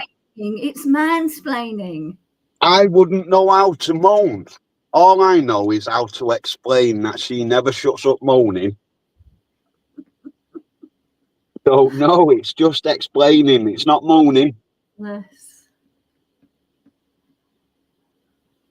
I take it she's not in the same room. No, Andrew's in his van. In his van? Yeah. What, caravan? Or a No, van?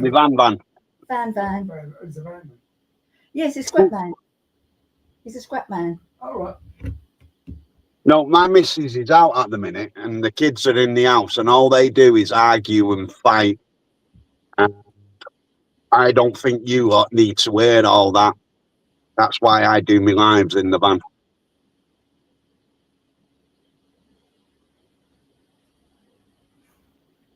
I mean, when you say argue and fight, you don't mean fisticuff fight, do you? No, I don't mean fisticuffs. I mean all the screaming and Oh. swearing and stuff like that.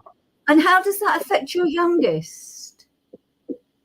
He laughs at it and he likes to join in and scream and screech and hit because they're screaming at each other. So he'll come over and he'll be like this on your shoulder to sort of say to you, they're at it again. Oh. You can't hear them. The whole street can hear them when they're at it. And all it takes is him to look at her or her look at him. Oh, yeah. And it just flares up and it's like, yeah. Oh. Yeah, he looked at me. She's breathing the same air as me. There you go. I've got past. Why not? Do that every time. Yeah. Without fail. Nice for a change. Enjoy the evening. Okay. Now it's doing a brew. It's just got in. And it's what? It's catching. Yeah, it's infectious. Well, it's a 9 and it's just got in. What, from shopping all day? Yes. Goodness me, she does better than me. Yes, and she wanted me to go with it. And how many bags has she come home with? None. She's got them None. hidden. They're hidden.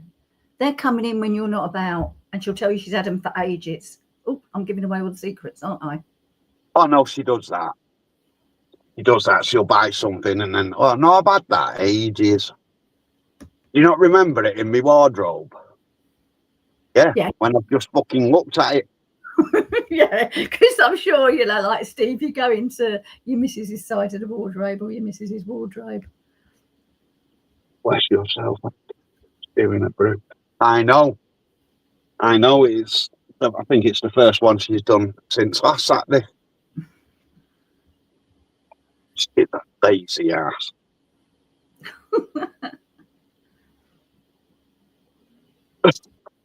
So, Andy, how long have you been doing scrap? 2 years now. I think it is. I think about 2 years. Just over. And do you mind me asking what made you start? I took some shit for a mate. I saw the prices he was getting, and I thought, right, okay, I can do that. But I took in like brass and copper and stuff like that. Yeah. Which is the good monies. And so I started doing it, getting all the shit stuff like washers and stuff like that. Then you realise that the money isn't as good as what you thought it was. Oh. Because like the brass and the copper is like what? I think brass at the copper at the minute is like 6.5 grand a ton. It's a lot of copper. Brass is a little less, so that's about 3.5 grand a ton. Mm-hmm. And then your basic shit like your washers and all that is £140 a ton. So you run around and you get all your shit in your van and you're on waiting and you think, yes, I'm going to get a nice payday. You come away with 40 quid. You think, fuck, cost me 30 quid all week in fuel. I paid a thinner. Yeah, that's what I was going to say. So is it, you know, generally worth it? No. On a normal... On a normal week, it's not worth it. But when I get brass and copper and I save it up and then I eventually go and weigh it in and then I get a payday, then it's worth it. But it wouldn't be worth it for me to go and weigh in this bit of brass that I've just cut off this radiator. No, you've got to get a decent amount. you might as well save. I'd save it up till I've got a bin full. Yeah. Once I've got a bin full, then I'll go and weigh it in and get a bit of money for it. I mean, is the price, or do different merchants pay different rates? Different places pay different prices. Mm-hmm. Because I used to go to a place called Davidson's, which is where I go with all my scrap. And on my scrap channel, I posted a video, and one of the people that I watch put a video up about me. So obviously now I'm clicking on it to see what he's saying.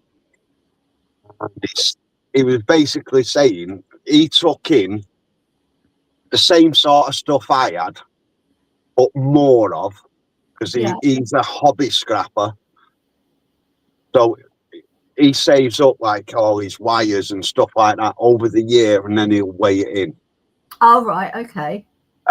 Where I do it as and when I need either space or money. Mm-hmm. So I weighed my stuff in, and I got, just for argument's sake, copper, I got £2 a ton, just for argument's sake. Yeah. Me brass, I got £1. So he's gone into his yard, and he's shown the ticket, same as I did. It's in the cupboard. Yes. New. We put it there.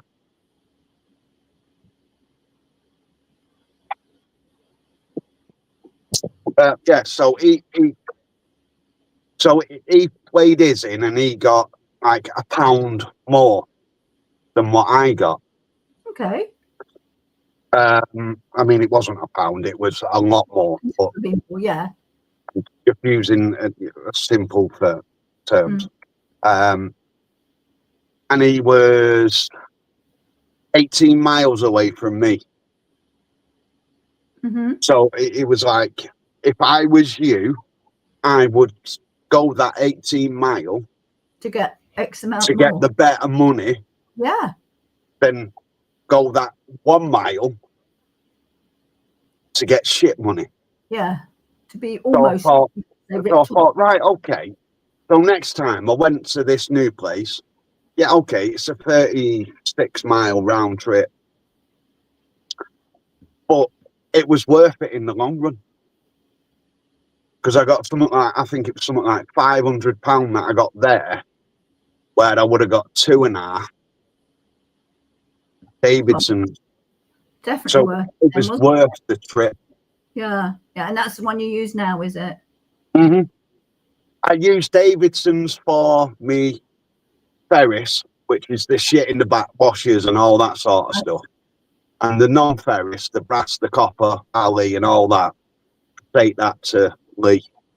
Because I you know, they come down here, they used to come down, you know, ringing the bell. And I did wonder, what do they, because some of the shit that's on there, you're thinking, really?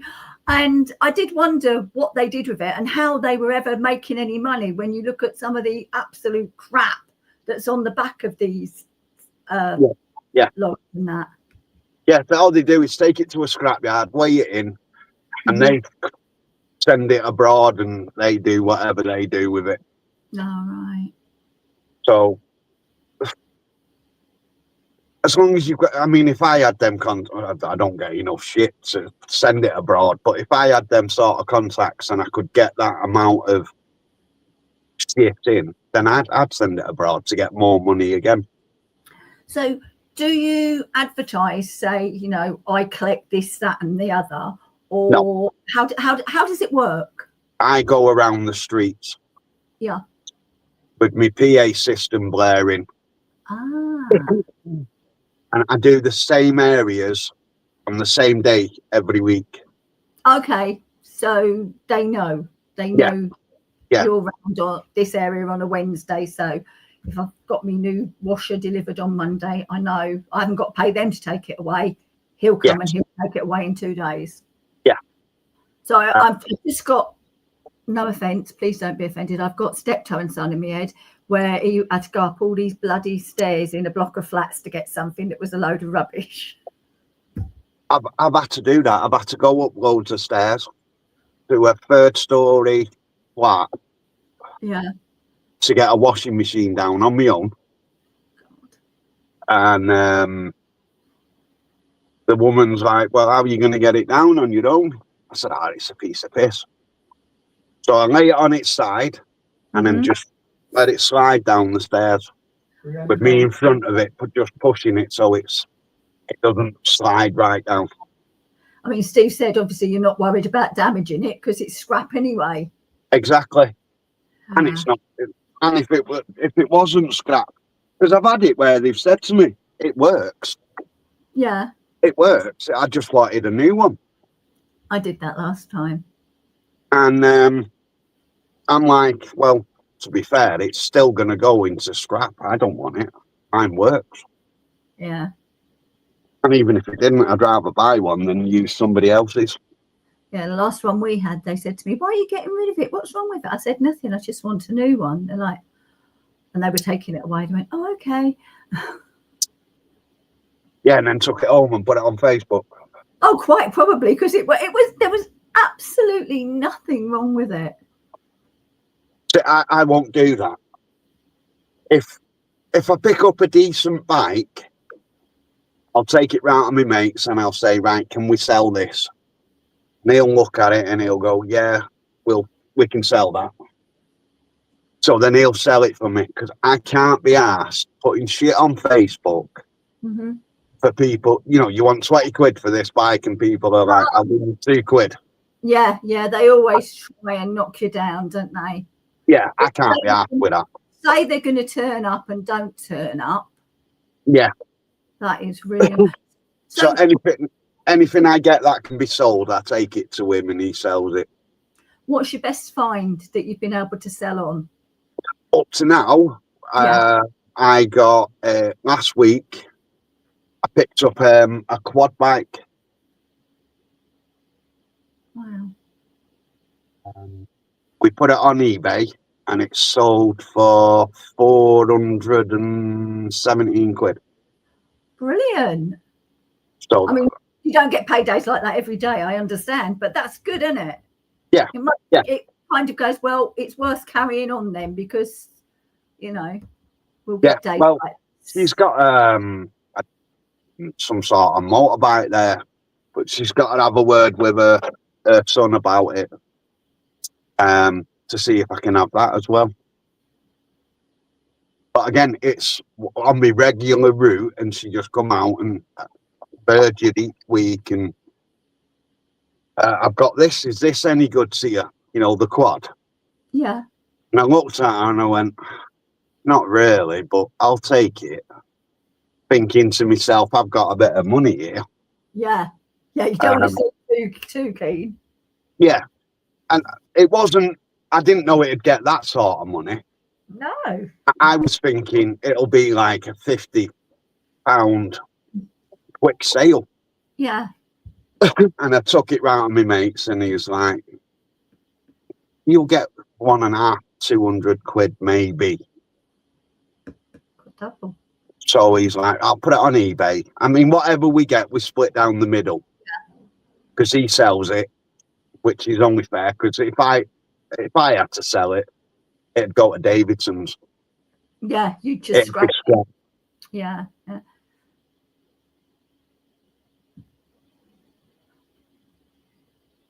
Blimey, that weighed a lot, Nematos. Did you laugh while they were struggling to get it in the van?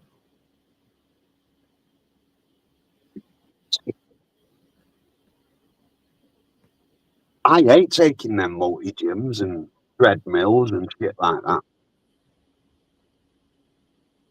Because they've got a bit of weight to them, but they take up so much room in the van. Yeah, I mean, a multi is really big, isn't it? Yeah, and it's like barbecues. People come out and say, oh, can you take this barbecue? And you look at it and you think, oh, it's so big and it's taking up so much room and there's no weight to it. Yeah, and that's money, isn't it? That space that's taking up is money that you could be making on something else. Yeah. So, I mean, I'll take it because that person that you've took that off could then become a regular, you know, Mm. rather than, no, I don't want that, it's shit. Yeah. The only time I'll say no to a barbecue is if it's still got coal in it. Because if Davidson's seat's got coal in it, you've got to empty it in your van. And I don't want a load of coal in my van. Well, it's just adding weight, isn't it? Yeah. So last time I did that, I emptied the coal into my van. And then I fucked off and I filled the van up again. And then when I went back, I swept the van out. So they got the coal in the end. Because obviously they forgot I've got coal in the back. Oh, God, like it. So I swept it out and they got the coal and gave me a bit more weight, I suppose, even though not much, but Oh.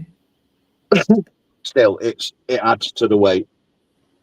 So before doing the scrap, what did you do?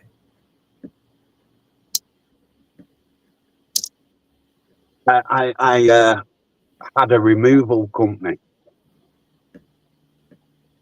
man and van, basically. Yeah. It was me and my mate doing it, but it wasn't earning us both enough money to survive. Yeah. He went working on the trams. And then I got somebody else who said, oh, yeah, I'll come and work with you. Right, all right, no problem. Ring them up. No, I can't today. But I put the job in because you said you wanted the work. Yeah, I can't. No work ethic. No. So it was like, can't get the staff, so I can't carry on. So I ended up folding that one. But I made more money doing that than I did doing the scrap. But was it harder work? Yes. Yeah, because you're pumping heavy furniture around and all that all day.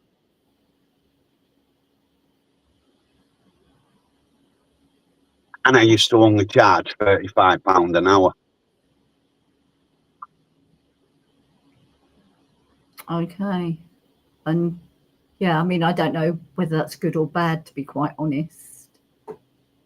Neither do I, if I'm honest, but people used to say it was like one of the cheapest around. Mm-hmm. But I couldn't go out and say, right, I'll do your removal for 200 quid. And then be stuck there for 5 hours doing that removal. And then I've got to find money for them and find money for me and what have you. Yeah. So I thought, right, well, if I charge £35 an hour, that's £10 for the labourer, £10 for me, £10 for the business, £5 for fuel. Mm. It seemed to work. So you like being your own boss? Yeah. I'd rather go out and earn nothing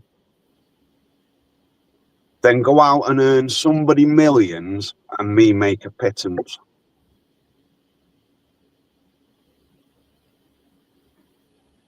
That's fair enough, isn't it?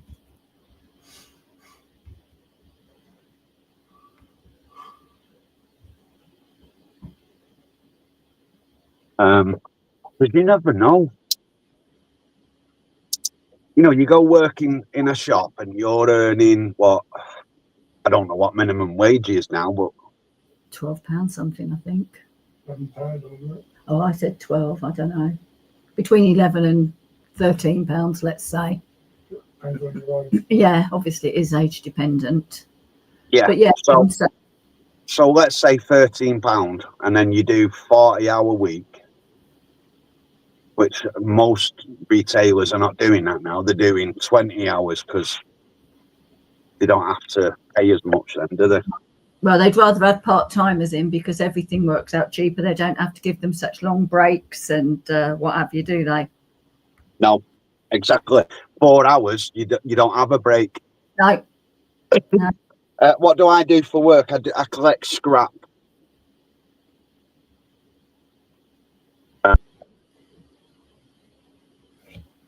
So I drive around the streets with my PA system going, scrap metal wanted.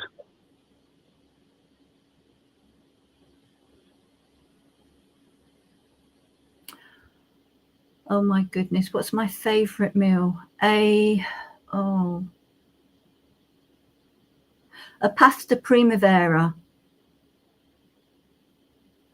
Love it. Just simply pasta and lots of vegetables in it in a really simple sauce. Yeah, you'd love that, Andy. That's right up your street. Yeah, no. So is that an all year round meal? Yeah, Your favourite?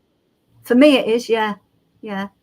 See, for me, my favourite meal in the winter is a corned beef hash. Oh, you need to look at Kay's kitchen. Into what? You need to look at Kay's kitchen. She's put on a corned beef hash today. Who's Kay's kitchen? It's not Kay's cooking. It's in Kay's cooking, isn't it? Yeah. Kay's cooking. Have you ever seen her? No. Oh, you don't know what you've missed. I'll give you a demonstration. This is Steve watching her.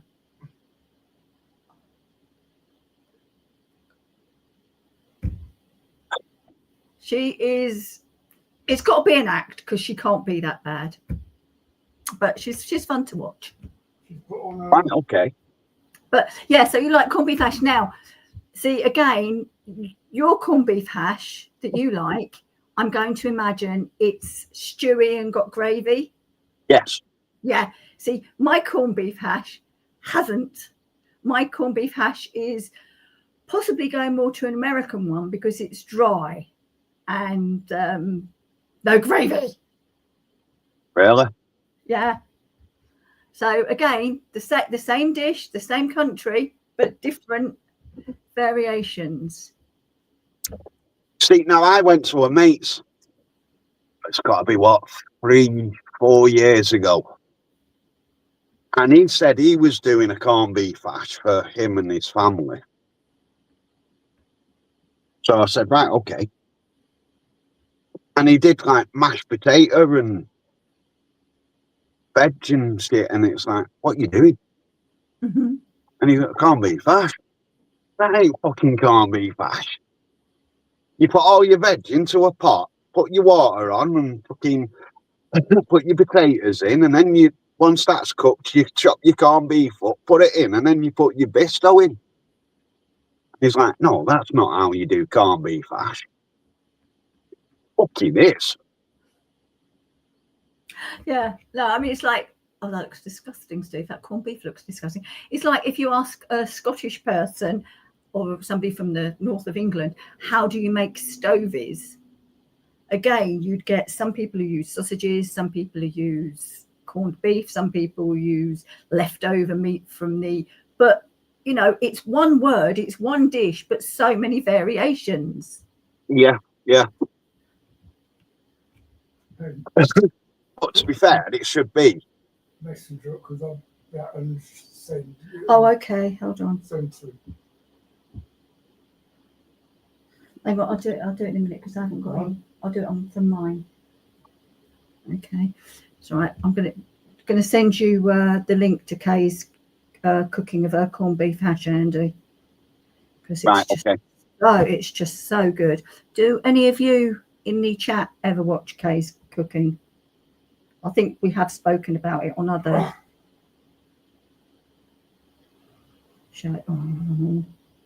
I'm not sure I should send this. This is so bad. Oh, it's yanked like wrap. We smother it with sauces. Okay.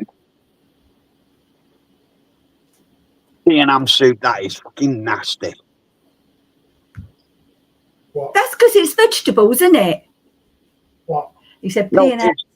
it's just P&M soup. No, it's just not nice.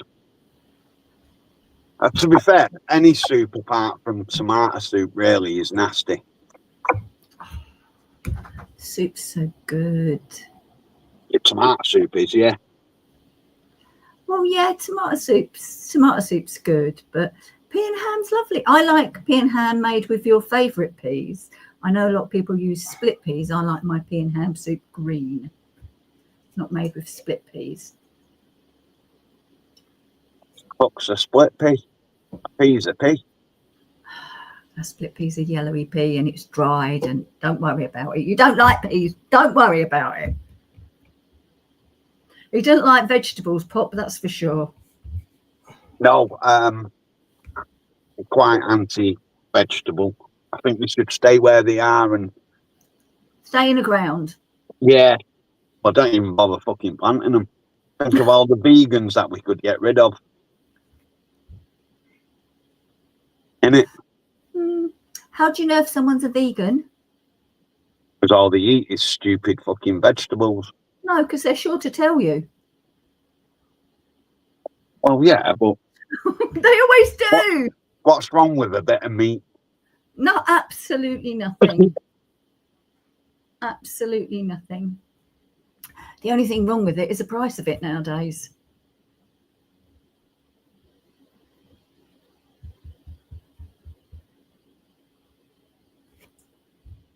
How have you managed to survive? Do that. I've always looked at you, haven't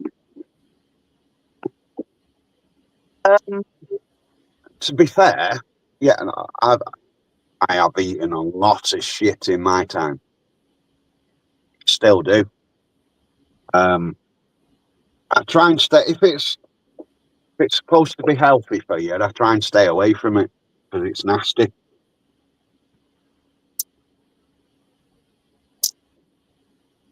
Yeah, Like vegetables are supposed to be healthy for you, but they're not because they're nasty. If it was healthy, it'd be nice and flavourful and shit, wouldn't it? yeah. But low fat stuff that's supposed to be better for you isn't always, because it's often loaded with more sugar. They take the fat out of things and it loses taste. It's like soups. They have changed, definitely. Things like Heinz soups. Now, as a kid, they used to be brilliant, absolutely wonderful. But now you end up, we end up putting so much salt and pepper into a Heinz tomato soup to give it any real flavour, because they've taken it all out and getting rid of the fat. What is fat? It's flavour. Yeah, I don't add salt to my soup, but I do add a lot of pepper. I do like my pepper. No, Nematos, it's nothing like it used to be, is it? Hey up, Burgerville, you all right? Why have you not got a spanner? I gave you a spanner the other day.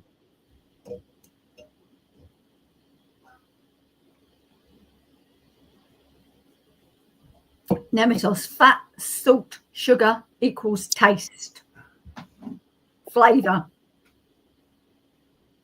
Yes.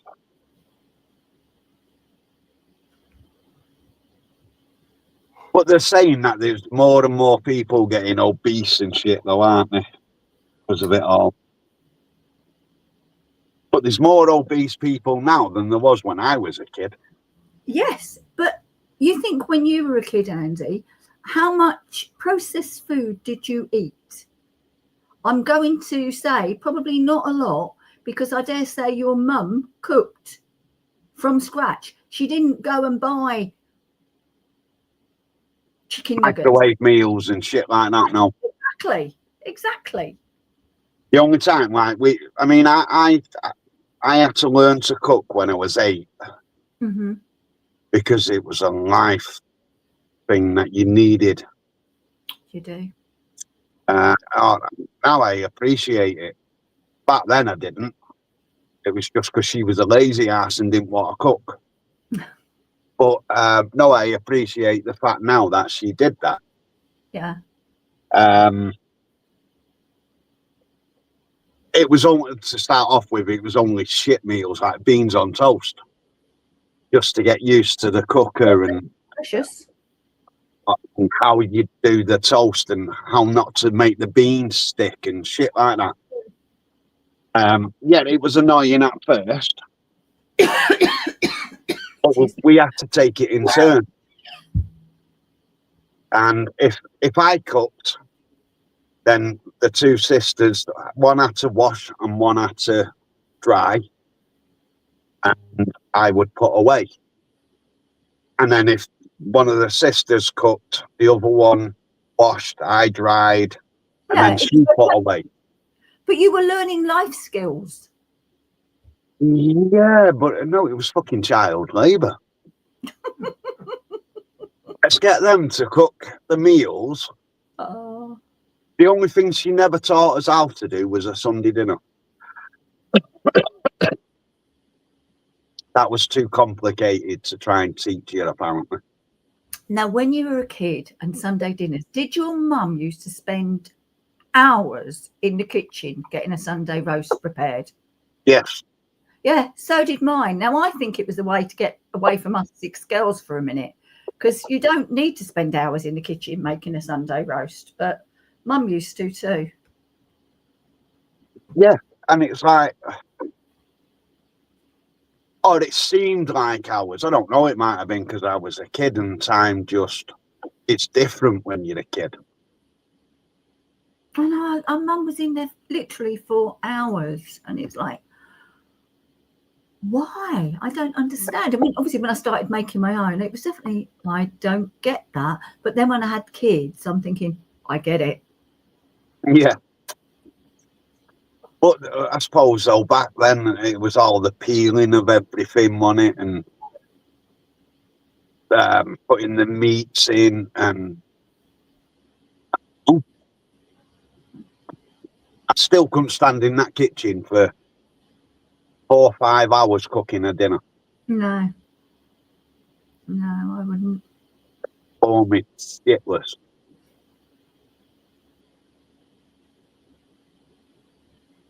Yeah. I don't know, maybe back in them days it was the dumb thing. I think probably it was. Did your mum spend loads of time on a Sunday cooking the roast in the kitchen? Speak up for you. I don't know. Oh, you I were wasn't out. there. Yeah, you were out.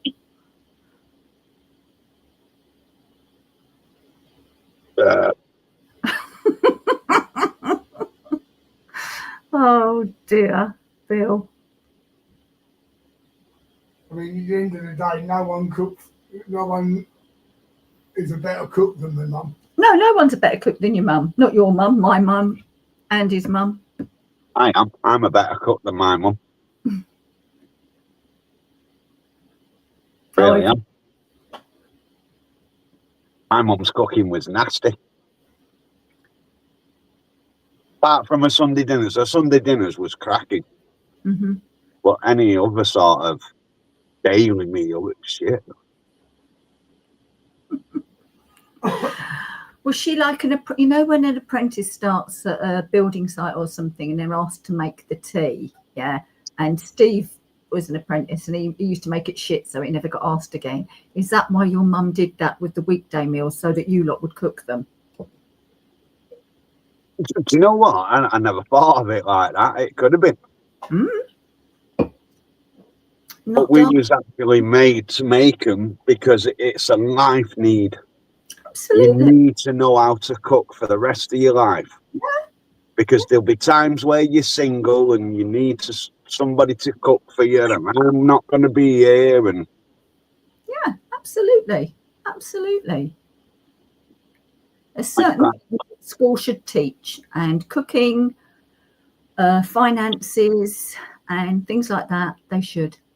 Proper life skills is what school should teach. Never mind all this stupid math thing that you're never going to use in your life. No. Basic maths, basic English, geography and that sort of shit, if that's the sort of work you want to get into. But other than that, no, they should be teaching you proper life skills. I mean, nowadays you don't even need to read a map, do you? Because everybody's got sat nav. Okay, if you're going for a walk, off in the wilds, then yes, map reading is a good thing to have. I can't read a map. Years ago, my brother tried to show me how to read a map. So we live in Wivenshaw, and Salford is about 16 mile away, if that. So he goes to me, right, we're here on the map. How would you get to Salford? I said, down the fucking motorway, it's easy. I was born and bred in Salford, so I know where that is. And he's like, no, on the map, how would you get there? And I looked at it and I was like, right, I'd go there. Right, I'd go here. And he goes, right, well, now you just landed in Blackpool. And I'm like, oh, well, I don't fucking know. And I've been in the map and I've never looked at one since. I can't read them. They're stupid. And you get to a line and then it stops. Well, I'm not at my fucking destination, so how am I supposed to get to my destination? Oh my goodness. So you got to flip to another page. How do you know what fucking page you want? Well, that's why sat navs are so good nowadays, isn't it? Yes, I'm lost without my sat nav. If I've got to go somewhere that I don't know where it is, sat nav all the way. None of this getting an AA map or Do they still make them? HZ. Don't know. Probably not, because nobody can read them.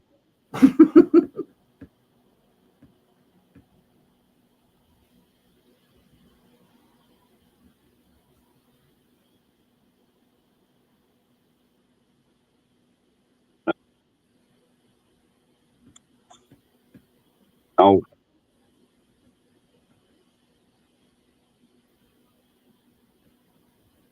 No, you're being told off, Andy. I know, yeah. If I can't read a map, I need to have a word with myself. But I don't need a map. I've got a sat nav. Making the sat nav breaks, I've got a phone. Google Maps. Truth, that's the same in this country. You go down some roads and they are tracks, and God forbid you meet something coming the other way. And the trouble with sat navs is they will take vehicles that aren't suitable sometimes to go down these roads, and they take the roof off of the lorries when they hit a bridge and things. It's crazy. Bosses. Yeah.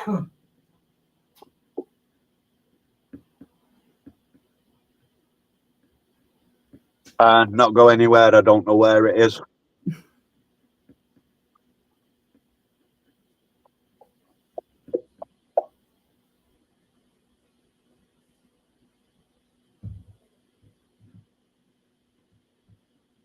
Yeah, it's. I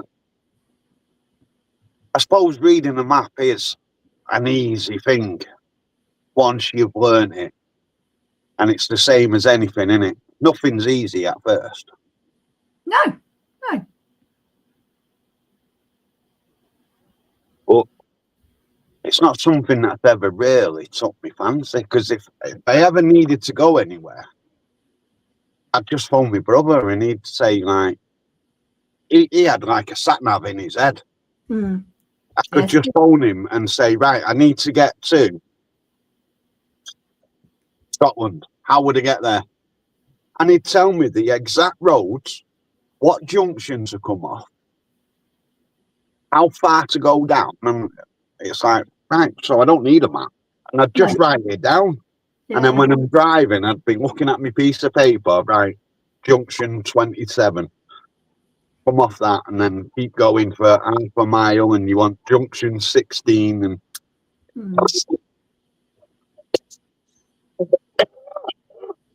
So what about if you were out walking on the moors? I know, I'm not near the fucking moors. A hypothetical situation, if you were, would you like, oh, I'm lost, that's it, I'm completely kaput, or would you use the map on your phone? But it depends if I knew where I'd parked. If I knew where I'd parked, I'd use my phone to find me.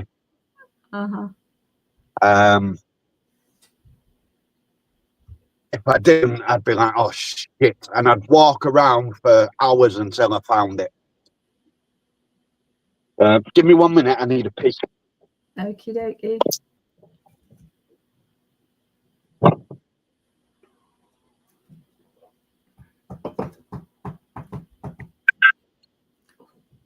was loud. How many people are on? I can't see. How many people are in the chat? Subscribed. I don't know, actually. There's a good question. Steve said, all you in chat, have you, obviously you've subscribed to Andy. Have you subscribed to our channel?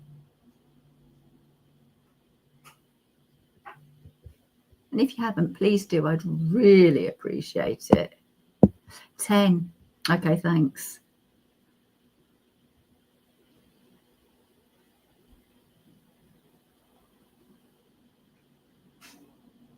Well, I do hope he's gone inside. It'll give the neighbours something to talk about if he's doing it at the side of the van, eh?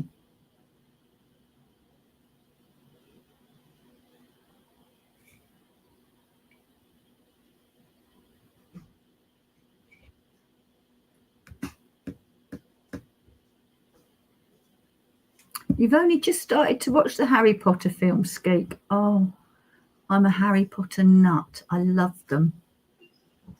I actually picked up some first edition Harry Potter books in charity shops the other week, so I'm really pleased with those. Paid £1 or £2, and they're worth one heck of a lot more than that. See, shopping again. Truth, it's in the kitchen with Penn. There is a link on here.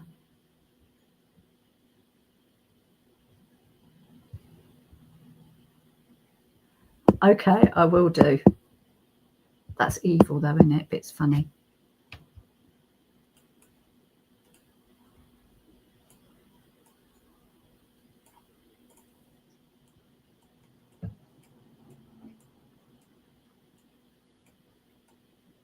Thank you, Nemetos. Appreciate what you said there.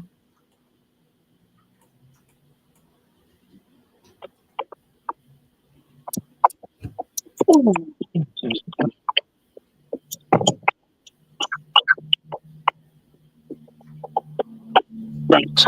So, before I rudely left you to it, what was we talking about? Sacnet.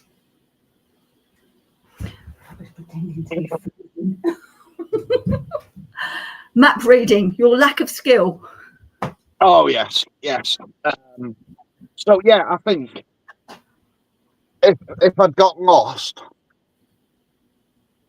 then I would just walk around and look for it.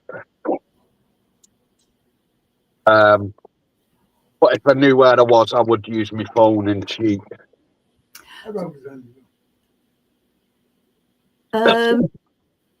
Personal question, Andy. Steve just asked how old you were. 53. I thought he was 10 years younger than us. A youngster. Yeah, a mere pup. So I take it you were never in the Scouts or Cubs then, if you don't map read? No, no. Inside of you do, and I'll leave it. Stop it. No, I couldn't be bossed around like that. So, no, I never joined out like that.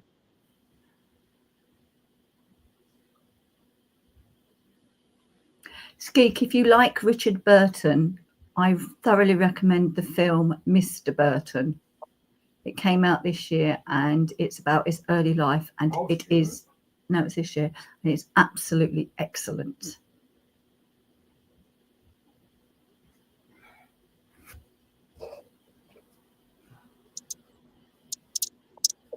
Certainly better than Downton Abbey. You leave my Downton Abbey alone.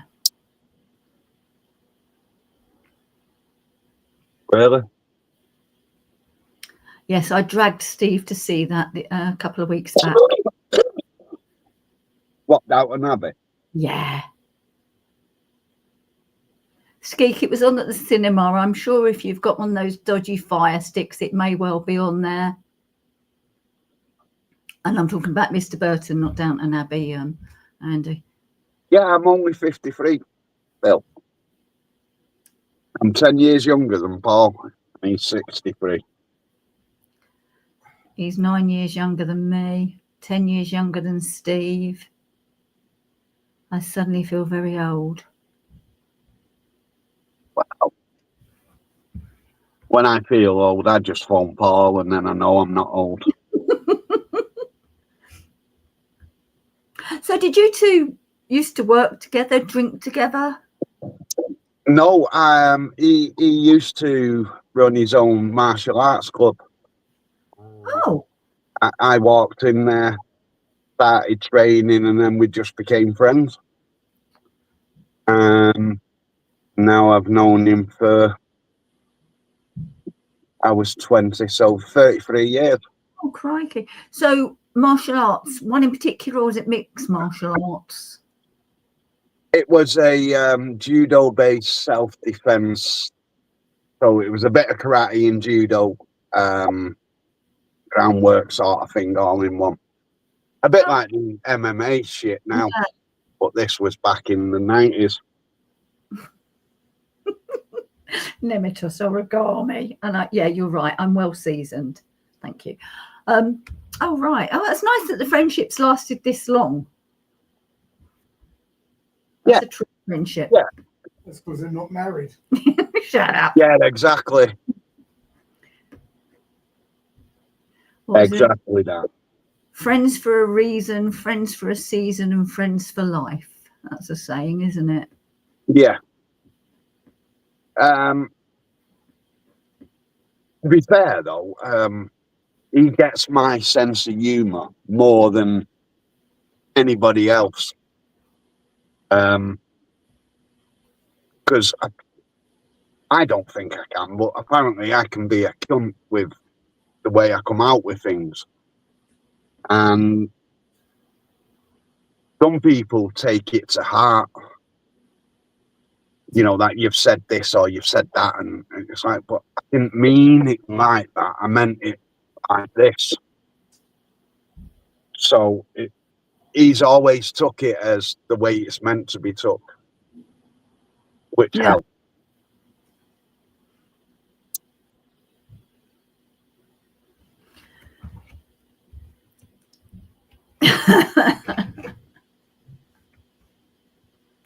Oh, Bill, you said you wouldn't say anything. He couldn't resist, could he? No. Do you think we've all got your number when it comes to having a brew? You do like, it's coffee you drink now, isn't it? Yeah. Yeah, it's just when you go to Paul's, you don't get them. Don't fib. I've seen him make you one, or at least offer you a cup, whether the cup's got anything in it or not. Exactly. You don't know, do you? No. And then I have to pretend I've got a brew. Ah. It doesn't matter how much you nag, you still just get this empty cup. Yeah. I hope he's not watching now, because next time he'll go, look, it's a proper brew. Yeah, we'll show everybody.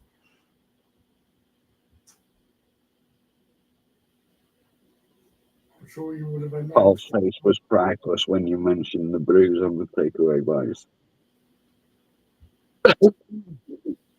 To be fair, mate, he normally gets told to do a brew off you lot. I don't have to mention it normally. And was it last week somebody said you better put the kettle on because he'll be here soon, and he didn't even know you were on the way? Yeah, that was Rusty. He messaged him to say I was on my way. That's because normally I send him a WhatsApp saying, right, I'm on my way. Yeah. But I was too busy setting up this StreamYard thing, and I forgot to send him a message.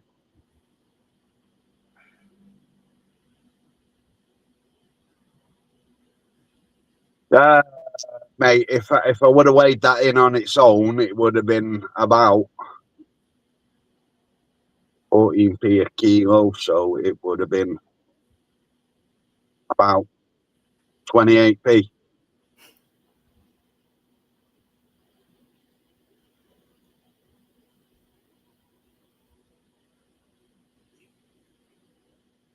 Sugar and petrol getting there. Yeah, no, he goes to Paul's every week or every other week. Every other week now. Yeah.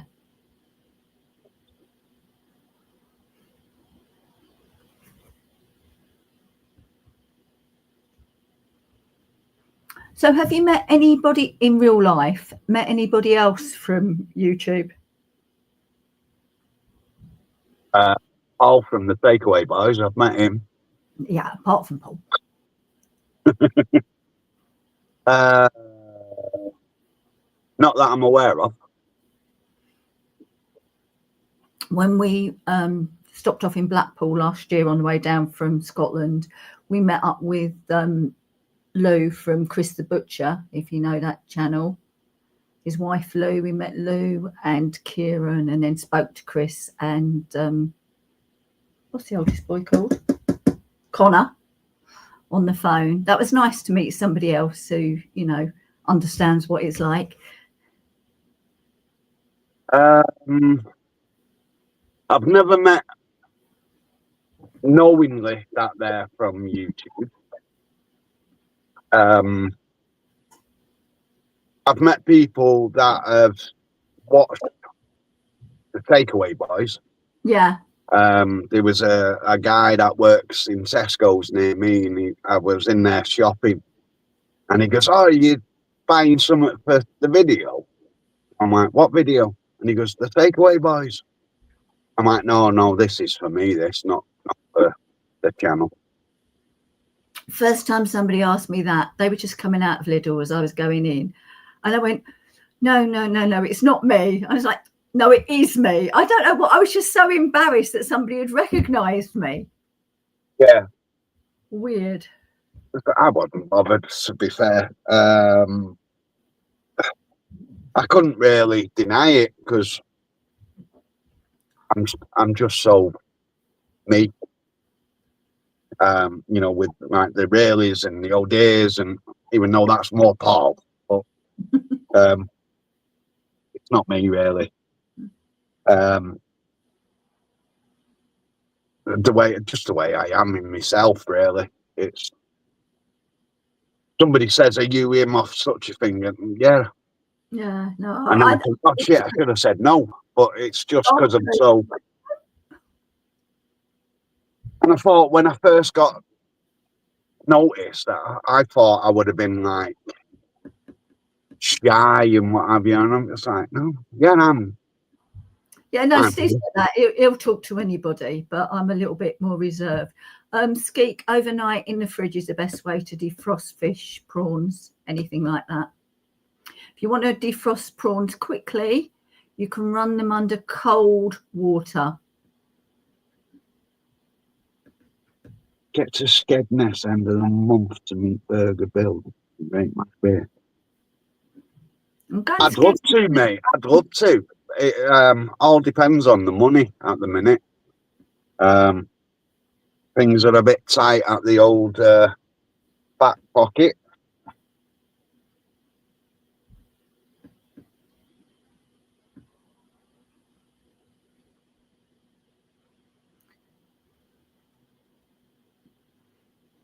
See, I don't defrost fish. I don't eat it unless it's the cod and haddock, and it just goes straight in the oven. That's what it says on the box, cooked from frozen. So you don't do you not do prawns? No. No prawns, no mussels, no any sort of that sort of shit. Cod and haddock is my fish, that's it. And then Paul bought some pollock the other week. I know he did. You were not keen, were you? No, that was nasty. It was disgusting. No.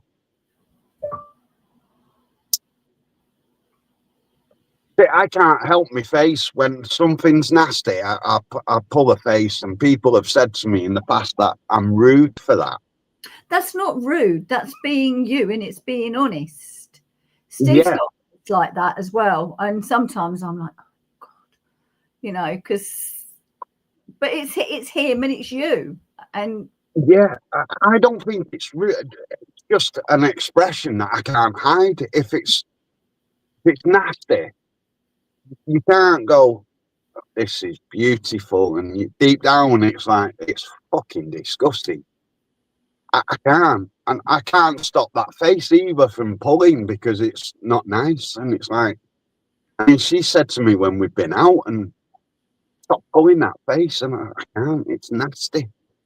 Well, it's not just about food. It's if somebody's being a complete dick, I'll be nice and diplomatic, and your face will It's a bit say, like walking around town and then you've got people trying to sell you gas and electric. They never talk to me, ever. no, he has this face on him, and they do, they go, oh, who's your gas or electric supplier? They just ignore him because he's like got this face telling them to go forth and multiply. Yeah. When we get stopped by that, I ain't got a clue. Ask her, she deals with it, and I carry on. And then she'll say, you're a twat. One time we were stopped by Scottish Electricity. And what did you say? Scottish. Well, basically, I asked them how long it took to get to my house from Scotland. Because they guarantee delivery. And didn't ask me again. No, so I think they've all got his picture now and go, do not approach this man. He's an idiot. Yeah. Yeah, but I'm old and grumpy. So. Yeah, you're grumpy. How do cakes in supermarkets stay fresh with 3 months sell-by dates? Quite simply, all the additives. You can't make a cake that will stay fresh for 3 months at home.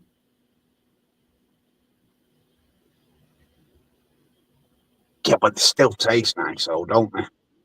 What, with a fur coat? Yeah. Actually, I've just lied, haven't I? Because you can make a cake that will taste nice after 3 months, and that's a rich fruit cake. Ella? Really? Who the fuck has fruit in a cake? Wedding cake. An idiot. Yeah, wedding cake, christening cake, Christmas cake. No.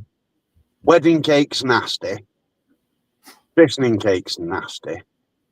Christmas cake is disgusting. Nice chocolate cake. Nice bit of Christmas cake with a piece of Wensleydale cheese. Lovely. Don't know what Cake and cheese. Yes. You've heard of a cheesecake? Yeah, but that's different. But cake and cheese, a fruit cake and cheese. It is a normal thing. Yeah. It's a northern thing. No. Cheer. Right, Bill, how long to make a Christmas cake? They cook for up to 4 hours, and they will keep for months and months and months. Like traditionally, the top tier of a wedding cake was kept for the baby's first christening, and that could be years away. All that would happen. But that was normally a week later. Yeah, all that would happen is they'd take the icing off because that wouldn't be good, but the cake itself would be perfect. It's the sugars in the fruit and the booze, yes, and it does keep them going. Yeah. You don't like fruit either, then? A little bit. I'll eat an orange and an apple. Okay, no exotic fruit, no bananas? No. Oh, God. No, they're nasty. I mean, when I was a kid, I used to have banana butties. But no, bananas are just nasty. Oh, I love a banana sandwich. Oh, not with sugar, that's just sick. No, banana sandwiches with sugar. No, banana sandwich with tomato sauce on. That's what I had as a kid. Well, I suppose tomatoes are a fruit, so that was getting 2 of your 5 a day. Yeah. And back then, your 5 a day didn't count. No, I think it's 10 now. How would you make marzipan? Ain't got a fucking clue. Ground almonds, egg white. I've got a recipe on the channel. I don't know 5 a day now. None of the kids can count to 5. banana and peanut butter. Oh, peanut butter. Now, I love peanut, but not peanut butter. It's quite. I do like peanut butter. It's quite cloying, though. Now, do you like the smooth one or the clumpy one? I like both. I like both. I hate both. Yeah, I know you do. Yeah, but you did try peanut butter and Marmite on the same spoon, didn't you? Yes. Because you're sick. Oh, Marmite, that's nasty, horrible shit, that. Don't say you like that. I love Marmite. Really? Love it. And a little spoonful of Marmite in a stew, don't half pep it up.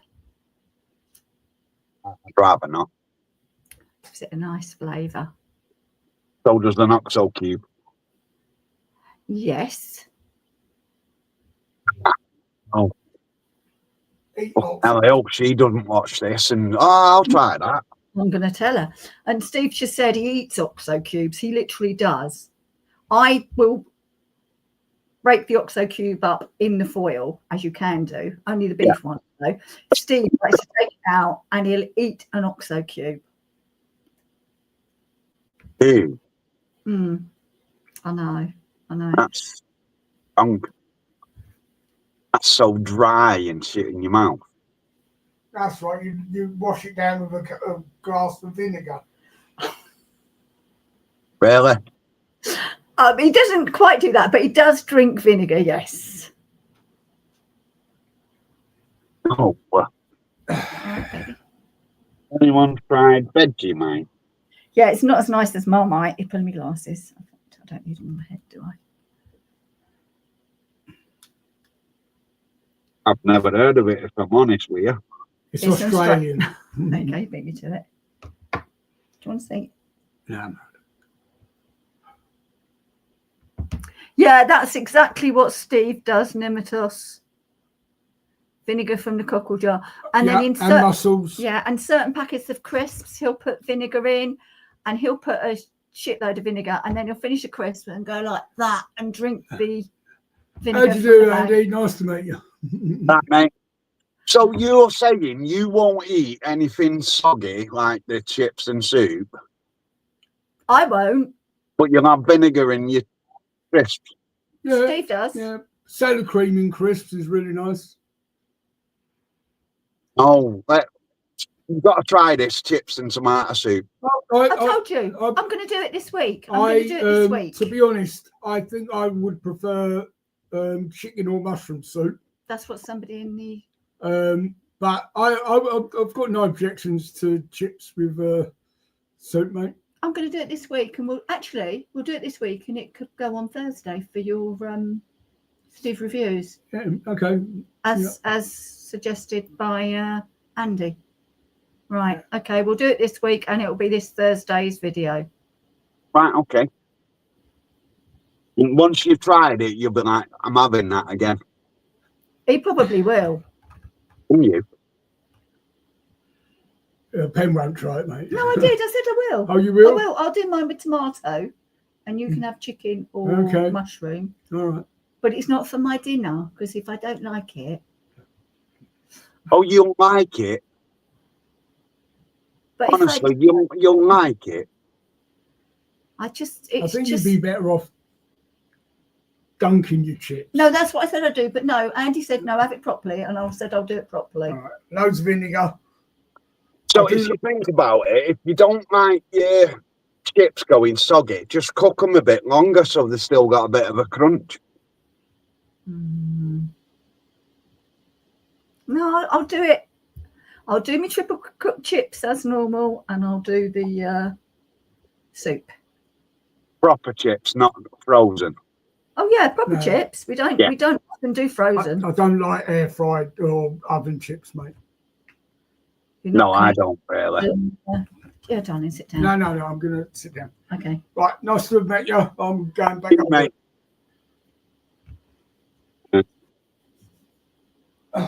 Yeah, proper chips are the best.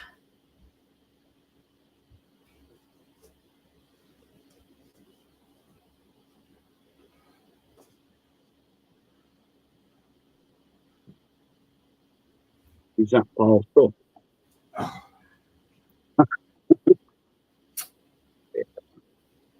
Is he Paul's son? Yeah, the same age. That's amazing.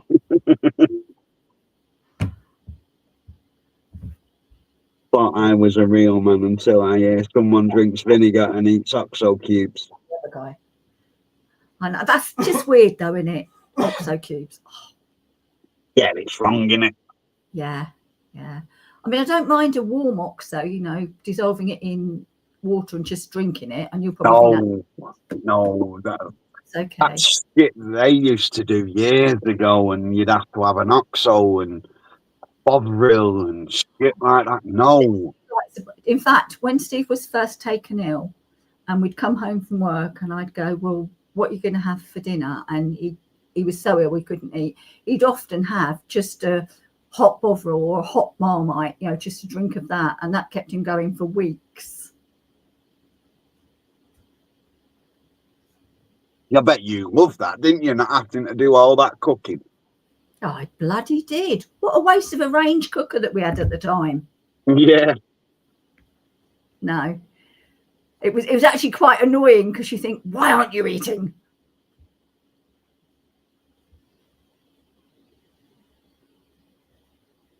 How have I got through life? List 10 of the foods you like. Go.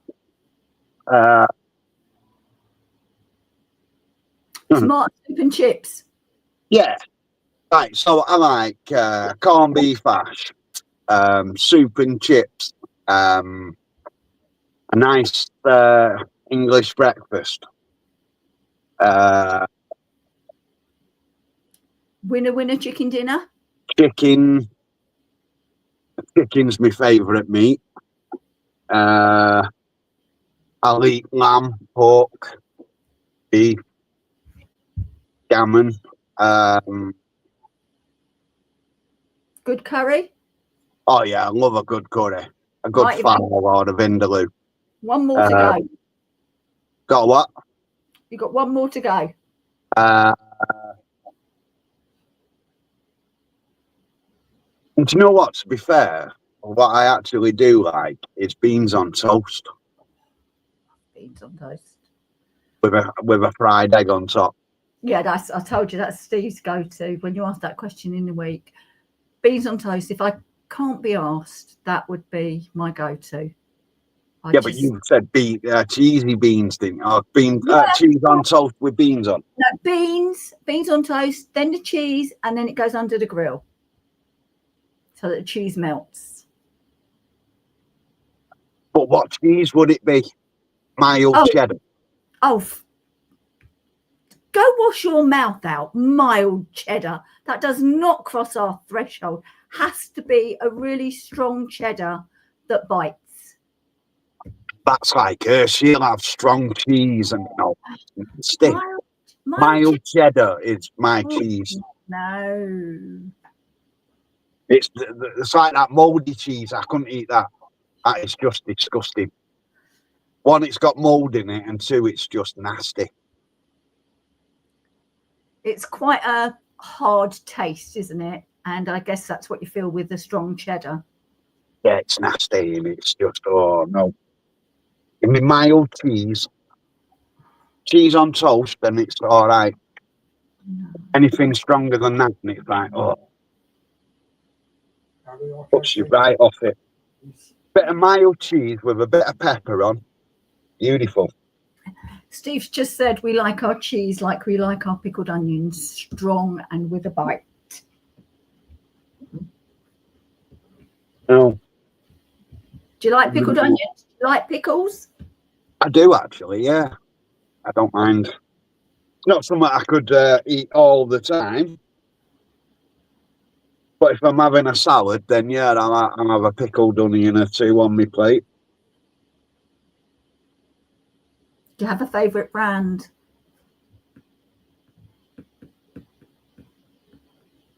A favourite brand of cheese? No, not really. Pickled onions. I'll no, I don't know. I go to Tesco's and get pickled onion. Right. Skeek, cook a leg of lamb. Obviously, you need it to be out of the fridge for a good 30 minutes before you start to cook it. Stud it with rosemary and garlic. Pop it in the oven. You can put it straight on the rack and put a tray underneath it, and cook it at about 190 for an hour, and it's beautiful. I'm just going to go get you our pack of pickled onions. Is it Monster Munch? Oh, I do like a pickled onion monster munch. Oh yeah, so do I.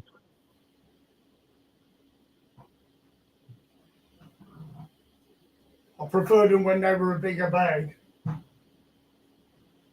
Yeah. Now you open them, there's now in it. Yeah.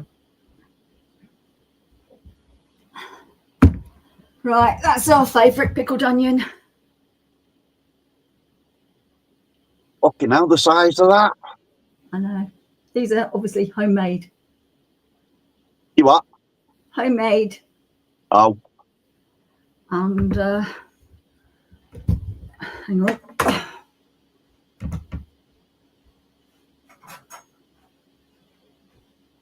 Little tip, in a pickle jar, never put your fingers in, because if you do, your pickles will start to go soft because of all the oils and grease and things that are on your hand. Oh. God, I can't even get hold of one. There you go. There you go, Andy. Have that on your salad. Fucking hell. It's too much. Oh, too much. Do you want? There you go. Right. I'm going to ask a stupid question now, but what vinegar would you use for that? That is malt vinegar with pickling spices in it. Right, so you can just use malt vinegar for it. Just use malt vinegar, boil it up with your pickling spices, put it over your pickled onions that have been brined overnight and rinsed off, and then leave it for seal the jar, leave it for as long as possible. You don't have to water bath the jars because the vinegar will stop any bacteria from growing. Okay. If you're really interested, I've got a video for those as well.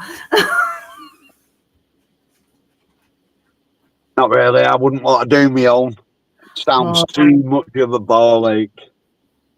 So worth it though. Always the negative. No, not negative, mate. It's just if it's too much, then it's too much, isn't it? It's. But for me, no, they was a bit too big. Actually. The ones I get in a jar, a little. Oh, the little silver skins. Little silver skins. Yeah, from like Tesco's or whatever. Yeah. Yeah. And I like one, maybe two on a salad. Yeah. So you can imagine the size of them compared to them ones that you've just got out.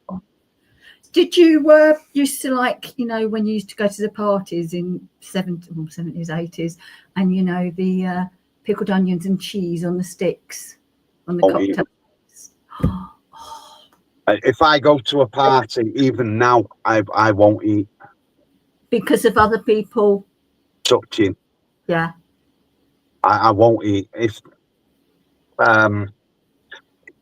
we did a party for one of the kids, and she had to do me a plate up at home to take with you. So I took that, and that was my food. Because I won't eat it if somebody else has touched something. The sandwich could be here. My sandwich is here. So there's like 20 million sandwiches in between. But no, because whoever's prepared it or whatever, I've been to the toilet, not washed their hands. Well, it's like peanuts when they used to be on a bar, isn't it? You knew that wasn't a good thing to do. Yeah, no, but I've never been a double dipper.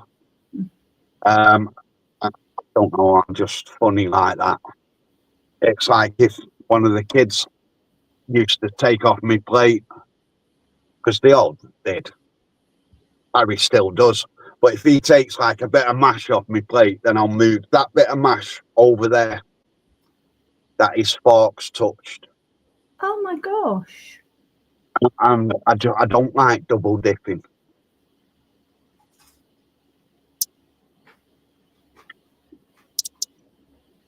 Don't know if it's something I've been dragged up with or what, but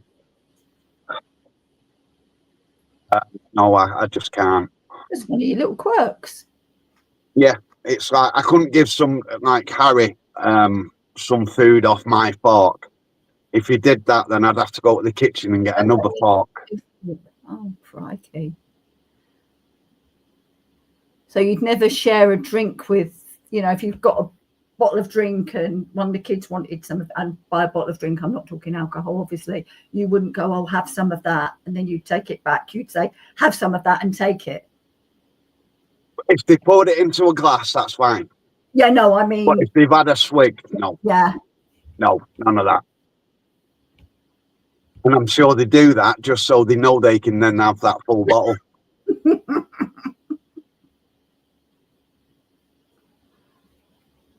Bill loves a double dip. Bill. I'm just going to put these back.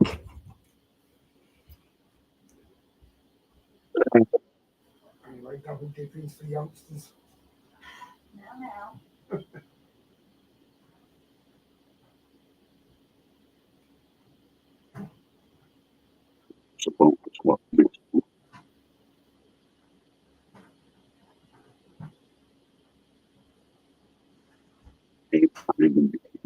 Yeah, I know. If there's a hair in a meal, that's it. It's left.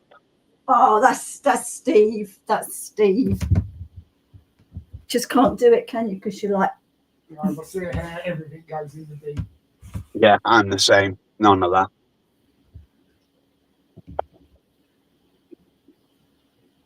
That's just wrong. There's no need for that.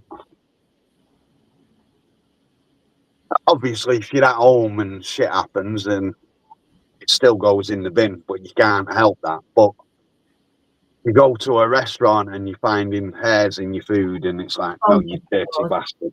no.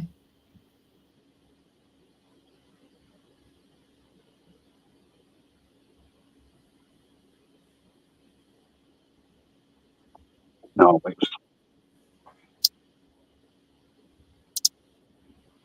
But no, double dipping and all that sort of shit. It's a definite no for me. So you and the missus wouldn't be like Lady and Tramp with a plate of spaghetti bolognese or spaghetti and meatballs. You wouldn't, you know, one end of the. No. It's just wrong. No way no. And you meet in the middle. Yeah. No, because fucking hell, I've got to get that close to it to see it as well. That's enough to put you off your meal as it is. Oh, I do hope your lovely wife never watches this or these. He's used to me by now. How long have you been married? Well, to this one, I'm not married to it. I'm married to somebody else. We've been married 25 years. This one, I've been with her for 16, so 17 years. Way too fucking long. Need to trade it in for a younger model. That's what she says. Yeah, but she'll never find anyone better than me. Are you two twins? That is exactly what Steve would say. Because it's true. Oh my goodness. Have you ever been into a shop and bought something and they say to you, would you like a bag? No, she's at home. Oh, I no. always say no, always bring one with me.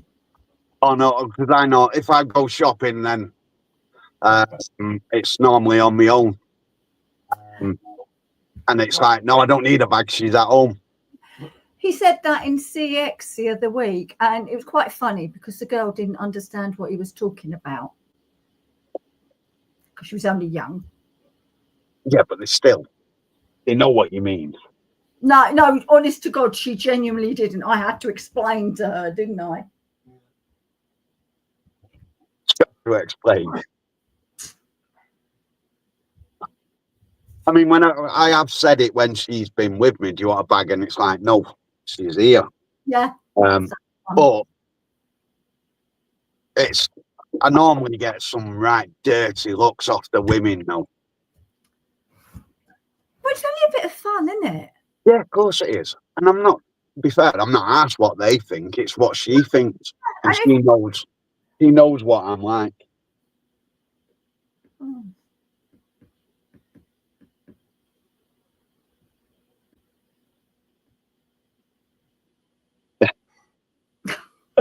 Oh my goodness. If you say I've got a bag at home here, they would think that you've got heroin at home. Okay.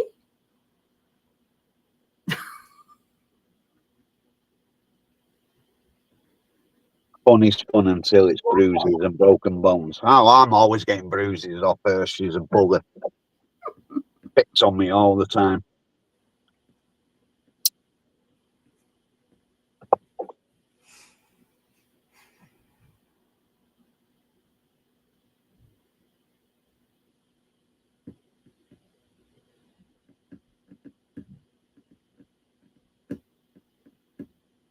Yeah, but you know what? Right? People always say it's wrong for a man to hit a woman. It's just as wrong for a woman to hit a man. Yeah, but they never say that though. Well, and I think right. most of that is because a man wouldn't go and report it, would they? No, you do. Men are embarrassed to admit that a woman has hit them or hurt them, or All right, Bill, speak to you later, mate. Cheers for coming in. Bye, exactly. If I was getting beaten by her, I couldn't go and say, like, getting beaten by a woman. And is that because you think it would make you less of a man to admit it? No, because you just man up and deal with it. It is what it is. But if you were being abused regularly, abused and what have you, no, I couldn't talk about it. I couldn't say anything to anybody about it. Not because it makes you feel less of a man. If anything, I think you're more of a man because you've not retaliated and you've not cracked her back.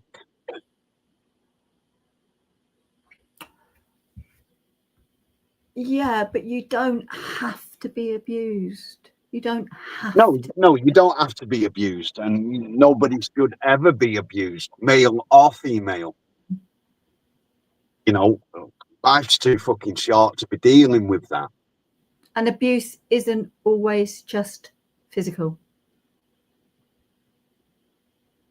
Shit. So, are you okay, Nematos?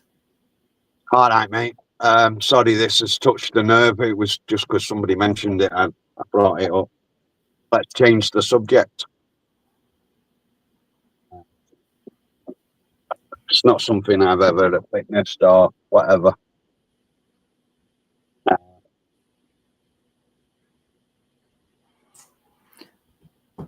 So, what would be you drink? Do I drink? Yeah. No. So no. you don't like alcohol and out like that? I mean, no, I do very occasionally I'll have a proper beer, as in an ale, but it would be at Christmas and it would be one, or if we're on holiday, I might have one for the whole week, but I'm not really a drinker. Never have been. We used to go to pubs in Hemel, and these pubs didn't sell tea because that's my drink, But I'd walk in, they'd go, "We'll put the kettle on for you." Right, okay. So yeah, I'm not and neither's Steve. I mean, the kids tend to buy him cider when they're down in Cornwall, and it just sits in the fridge, doesn't it? I mean, I enjoy cider, but I shouldn't really drink. Yeah, see, I don't drink. I'll have a Newcastle Brown with my Christmas dinner, Mm-hmm. and then I'll have one, maybe two, New Year's Eve. And then if, like, on holiday, I'll have one or two or three or four. But I won't get drunk. No. Can't be doing with the hangovers and shit the day after. No, and then you realise, you think, I've spent all that money, because it's damned expensive to drink nowadays, isn't it? Yeah. And I feel like poo the next day. Is it worth it? Nah. No, and all you're doing as well is peeing it down the toilet. Absolutely, absolutely. I mean, on holiday, I won't go anything but all inclusive, so it's free beer anyway. Yeah. But I still don't get drunk. No. I think this year when me and Paul went away, I think the most I had was 5 drinks, alcoholic drinks in a day. Mm. But they're only like half pints, so it was like 2.5 pints. Yeah. The rest of the time it was soft drinks. Just don't know. I used to like me drinking when I was in my 20s. Every Friday, Saturday out getting drunk and Yeah, but I think you grow up, or most Yeah. people do. Sadly, some don't, and drink becomes their life. yeah, You know, it is sad. I used to be a landlady, and I knew the people who couldn't function without a drink. And but I they did, suppose but you just knew that if they didn't drink, they wouldn't function. And that meant getting up to go to work the next morning. If they didn't have a drink, they couldn't do it. I had a friend like that. He is an alcoholic, Mm. but I'll give him his due. He gets up every morning and he goes to work and he does an 8-hour shift. But as soon as he's finished and he's home, he's on the beer. Yeah. Yeah. Whether it's beer or shorts. I mean, he can go through a big bottle of whiskey and 24 cans in a night. But he'll still get up that following day and go to work. I'm like, I don't know how you do it. No, I can't imagine doing it. I really can't. I mean, I think we've got a bottle of whiskey in our cabinet that we've had since we got together. There's some gone. Obviously, I tried it once when I had a toothache, and you've had it very occasionally when you've had a rough cold, haven't you? But no, just don't do it. No It's need. just one of them that's not for me. No. And I hate being around drunk people. Because you're not on that same wavelength as them. No. It's when my ex-husband is without doubt a functioning alcoholic, and I'd finish work and sometimes we'd go to another pub, and I'd go there sometimes and they were all drunk or had had a few, and I felt like Penelope Keith from The Good Life, because they're all laughing and I'm like, I don't understand what's so funny. Yeah. Because I just didn't get it. No, it's weird, isn't it? But because you're not on that same wavelength. Whereas if you're both on the sherbet at the same time and you're all getting drunk together, then everything is how it should be. Yeah. But to be fair, I've never been one, even in my 20s when I'd go out and what have you. I was never one to get so drunk that you can't remember what you did last night. No, that's, and if you do that regularly, that's quite worrying. Yeah. But what kids do nowadays is they pre-drink, don't they? Because the pubs are so expensive. So they'll load up on drink before they go out. Yeah. And it's Yeah. like, so how drunk are you going to be by the end of the night? If you're having, I don't know, 2 or 3 shorts and then a couple of pints, and then you're going out to drink more, what are you going to be like at the end of the night? And you're only 20 years old. Yeah, but when really, when you're young, doesn't matter how drunk you get, does it? Really, in a way. I never got drunk because I couldn't look after myself. No, I think that's what Andy's saying as well. Never got so drunk that you couldn't look after yourself, that you needed help. No. I think the only time I ever did that was when I got married on my wedding night, because everyone's buying you drinks and what have you, and you're just downing them, and then you step outside and that fresh air hits you, and it's like, Oh now dear. I'm drunk. Now I'm drunk. Yeah. That's the only time I can really say I've been drunk.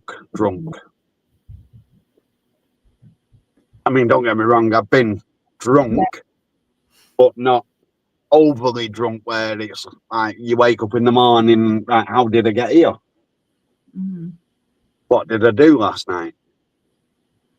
Or people say, oh, do you remember that, and that? No, who did that? No. Right, not fun. Right, Andy, it's 10:10, so I'm going to have to say good night. No problem. Thank you for coming on. Thank you for having me, and No problem. I'll see you in the week. Excellent. Okay, Cheers, bye to everybody in the chat. Bye. See you later. Ta-da. Bye now. Thanks for coming on. Thank you.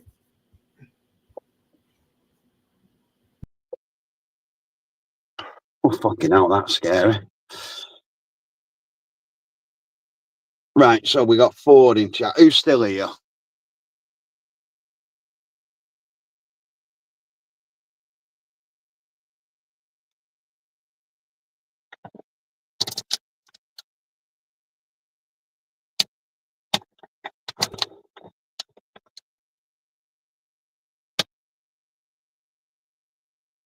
Bill's still here. Nice one, Bill. So, Bill, when you meeting Paul and Michelle, the end of the month, did you say?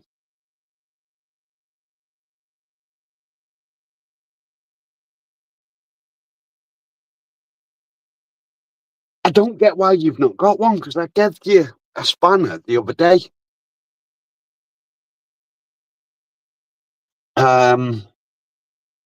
Because what I have to do is I have to go on to the last video that you come in, because I can't do it on here.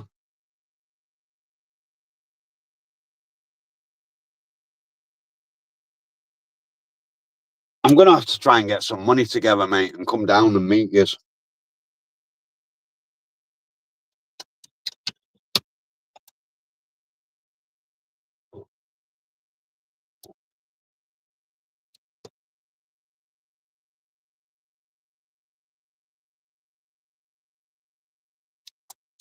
But for me, it would only be like a day. It wouldn't be a stay over sort of thing.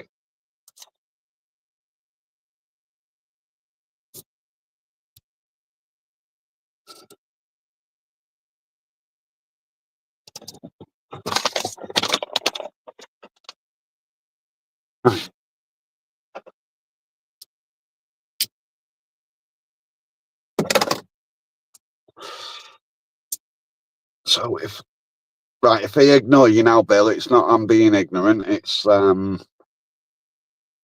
visit channel. No, what are you doing? Well, switch account. Go there. Go there.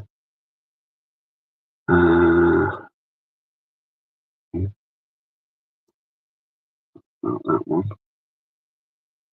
Not that one. I think it was that one.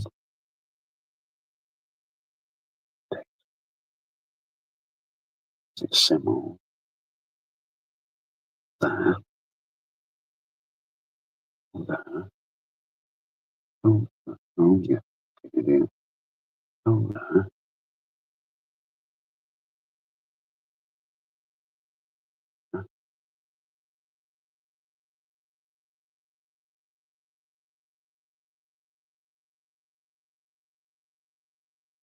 Right, has that come up, Bill?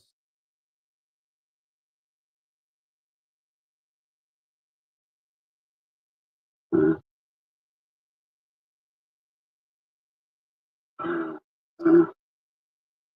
There.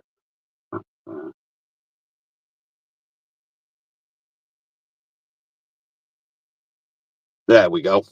It might have been because I did it when you wasn't in chat or something. I don't know.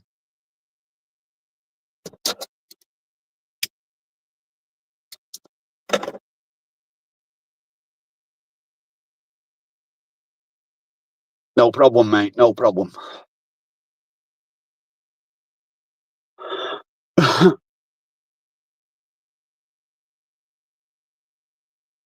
I did that the other day. Maybe it might have been because you wasn't on or what. I don't know. Not technical, so.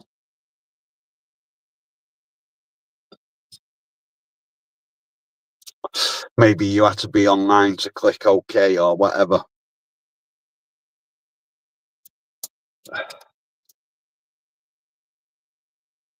Or maybe I just did something wrong.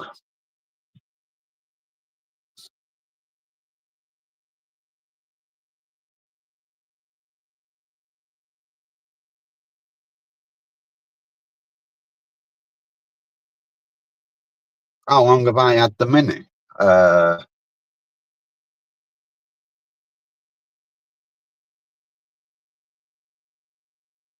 3 weeks, mate.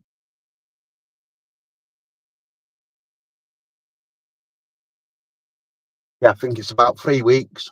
3 or 4 weeks.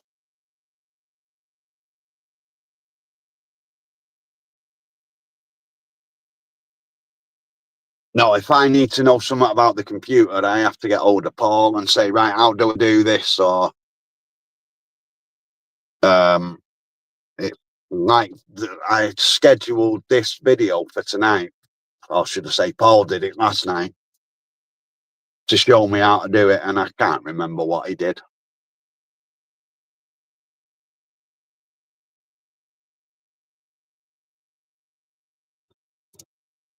Like anything, it takes me time to learn it. Then once you've learned it, it's easy then, isn't it?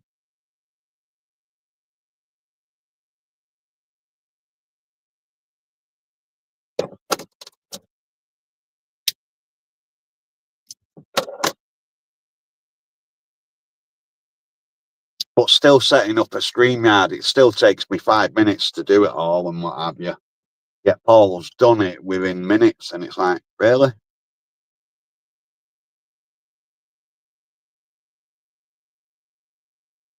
It is a 2006.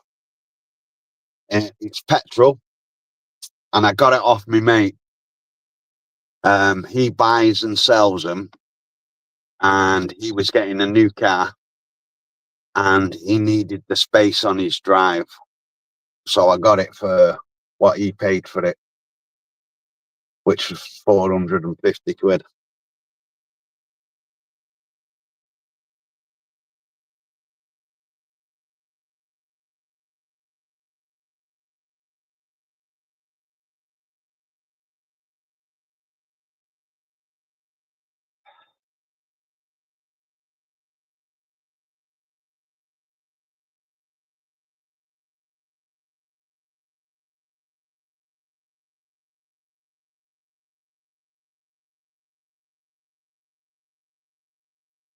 To be fair, it's not a bad little car, really. It's got an oil light on it, but it needs an original oil filter, apparently. Once that's gone on it, that light should go off. And if not, then it might need an oil pump. But it drives all right. It's smooth enough.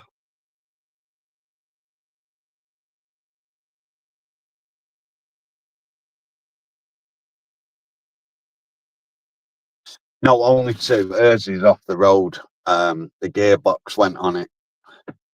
No, sorry, the clutch went on it, and it's semi-automatic. And it's going to cost 600 quid to replace the clutch. And if it's not the clutch and it's something else, then it has to go to Toyota to be programmed in, which is £2,000. And I said to her, I'm not paying that. I'm not paying £2,000. I can buy another car for that. Because she has to have automatic because she's only got a go-kart license.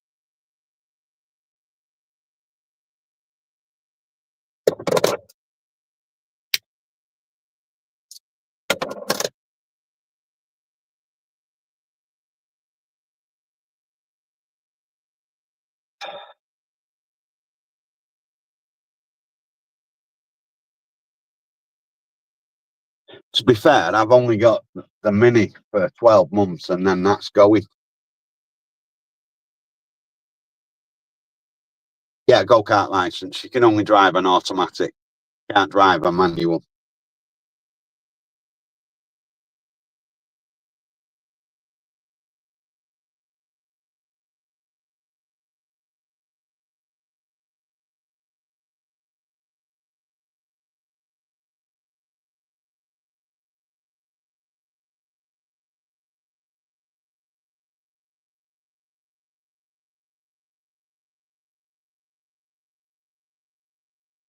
It's a 2006. So it's what?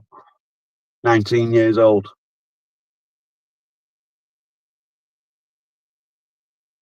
No, it's not, is it? 21 years old. No, 19. Yeah, 19 years old.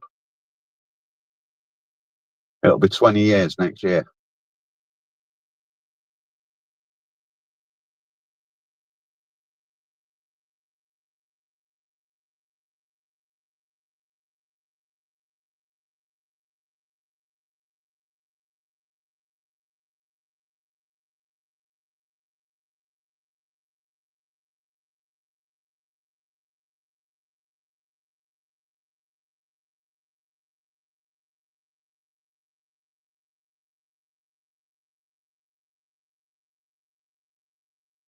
And to be fair, the van is the same year. And this is in worse condition than the Mini.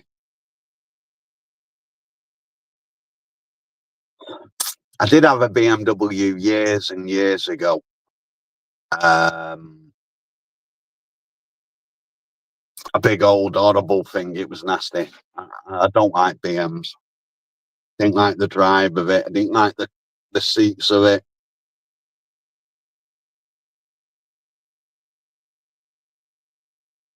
Bye, Pop. Thanks for popping in. See you next time.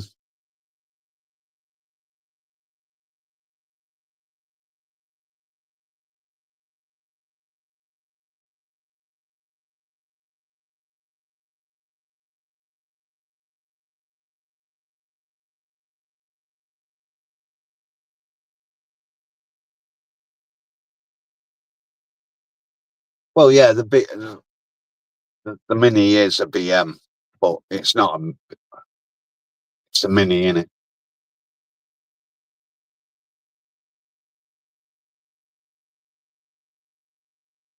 The engine in it is a BM, but if I bought a Cooper, then the engine in that is a Peugeot engine.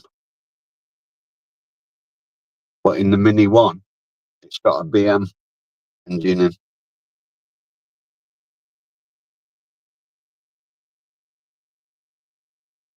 But the BM engines are better than the Peugeot engine.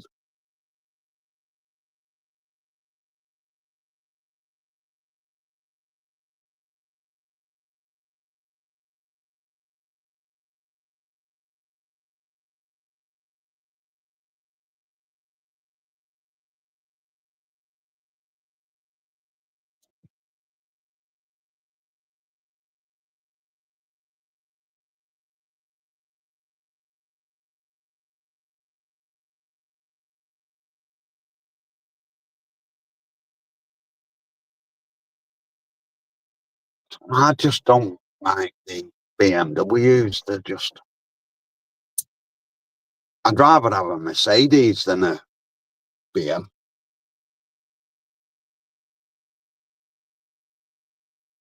I used to love me SLK. That was nice.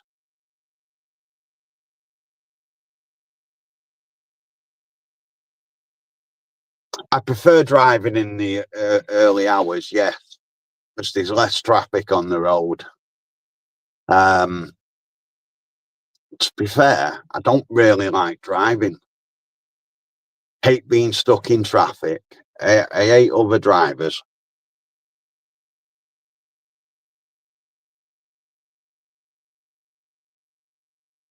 So yeah, early hours is better because hardly anybody on the road.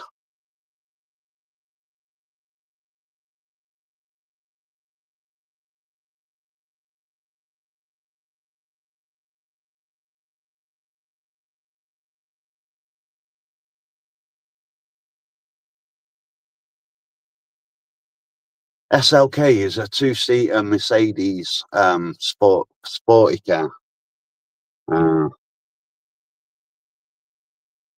Mine was a 2002, so it was old. Go there.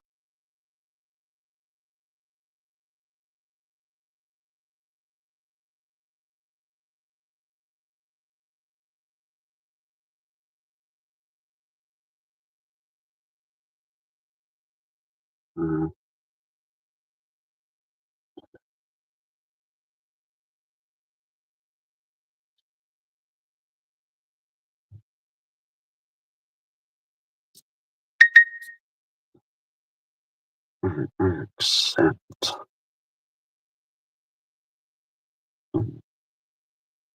So I don't know if you can see it. That's the SLK.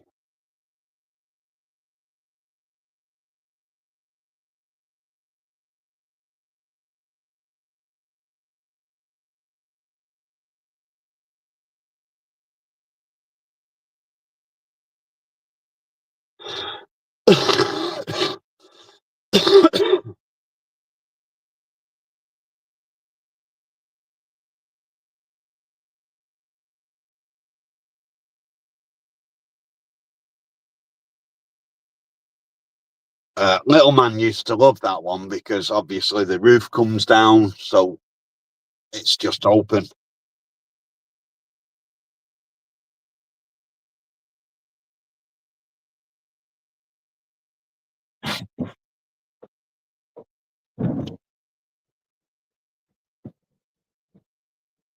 With battery things saying my battery's going low on the van.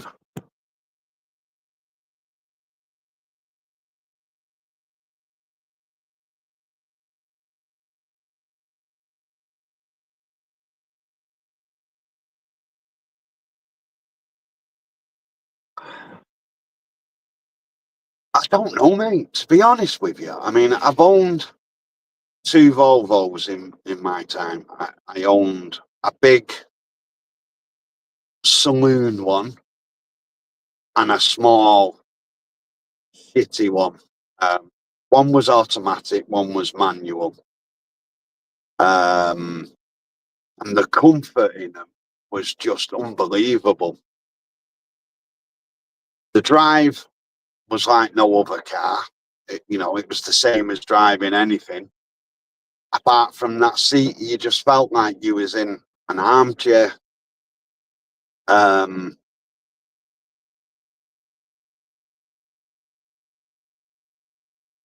don't know. It's just, I suppose any car's a car, really. It's,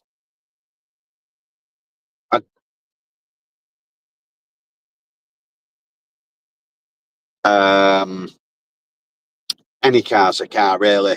It was the drive of it that I liked and the comfort.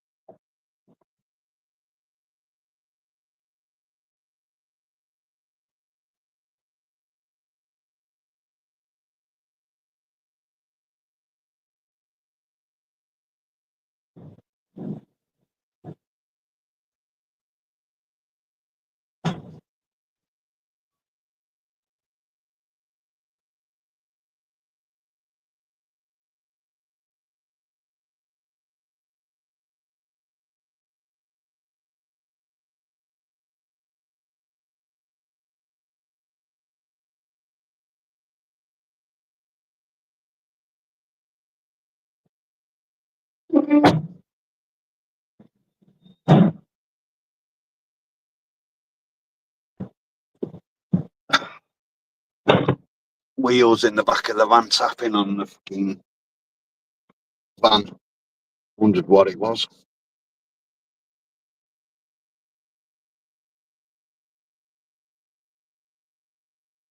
No, I don't. I find myself very boring. I've never been one for my own company.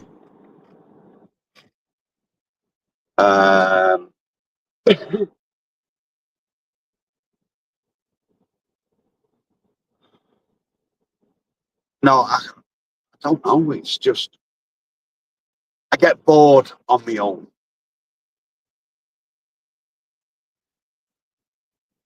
That's like if she goes out and what have you.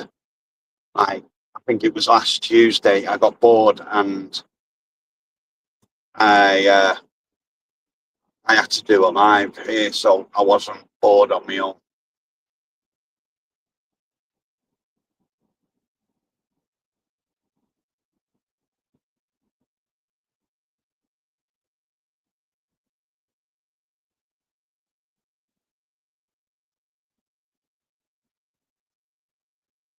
I mean, to be fair, I could do a live here and nobody joins and what have you, but I'd still feel like I'm talking to somebody.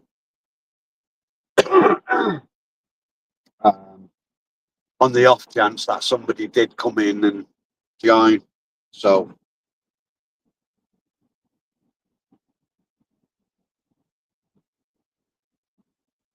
but I also hate talking to myself.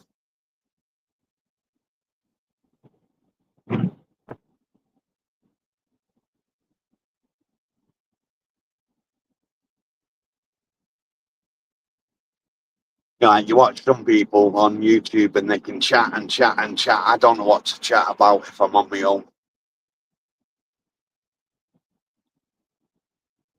It's like trying to do the videos for the channel. Being a chat show, it's like, what can I come up with that helps interact with people and keep them coming back? Hence why I started doing the questions and what have you. And other than that, I don't know. I don't know how to promote the channel. You know, it's not like the Takeaway Boys where we can just cook and cook and cook and cook. And do a short of this is what we're going to be doing or this is what we've done.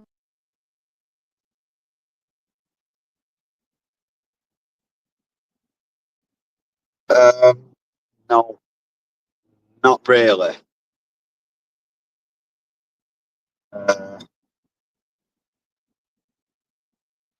It depends whose wedding or whose christening it is or engagement.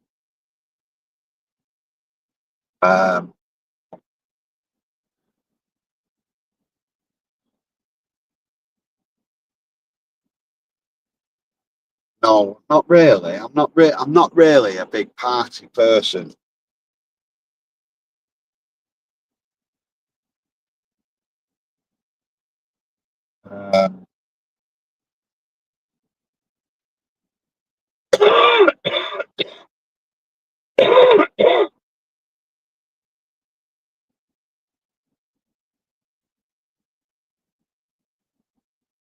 Also depends who's there with me. You know, if I'm going to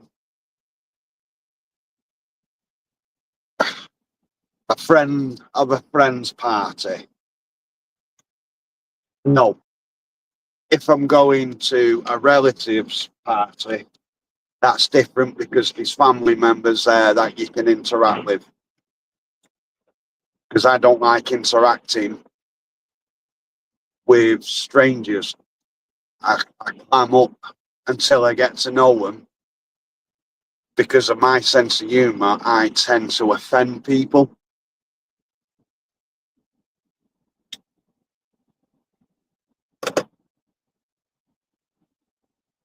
even though that's not the intention. I don't intend to offend people. It's just I tend to say things without thinking and then, oh shit, I shouldn't have said that.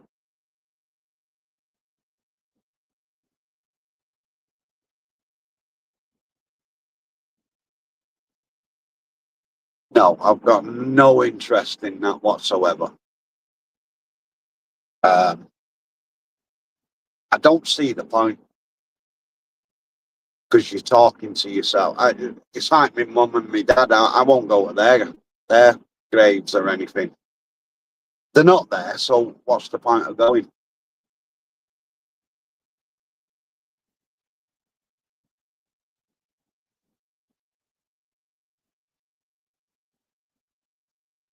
It's a one-way conversation, isn't it? So no, that's like just talking to yourself.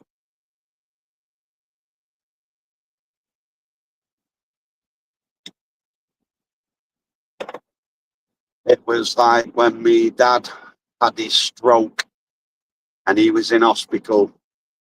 I went to visit him once, and that was down to the fact that he couldn't speak and I couldn't have a one-way conversation with him. So I went and said to my stepmom, listen, I won't be going back. I can't sit there and just talk bubbles to myself.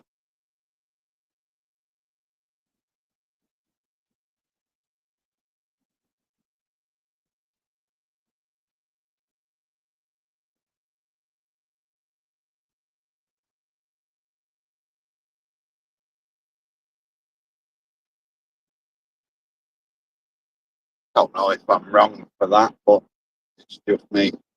People that know me know that's what I'm like, so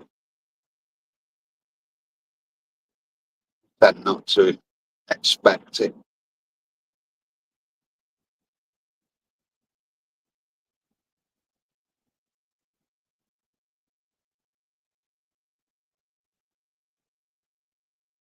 But it is now 20 to 11, so I am going to end it there.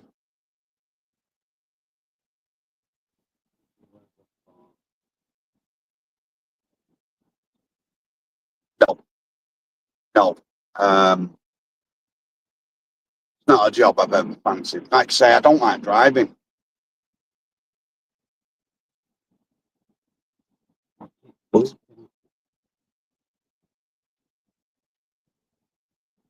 One of the phones keeps beeping.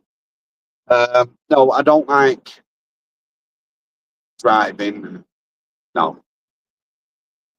Never thought of being a taxi driver. Never thought of being a bus driver. No,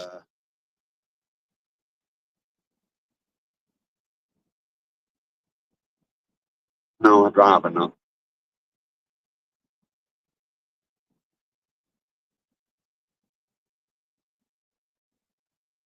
But anyway, yeah, I'm going to end it there, mate. Thanks for coming in and chatting and what have you. And I shall see you all guys on the next one. Ta-ra for now.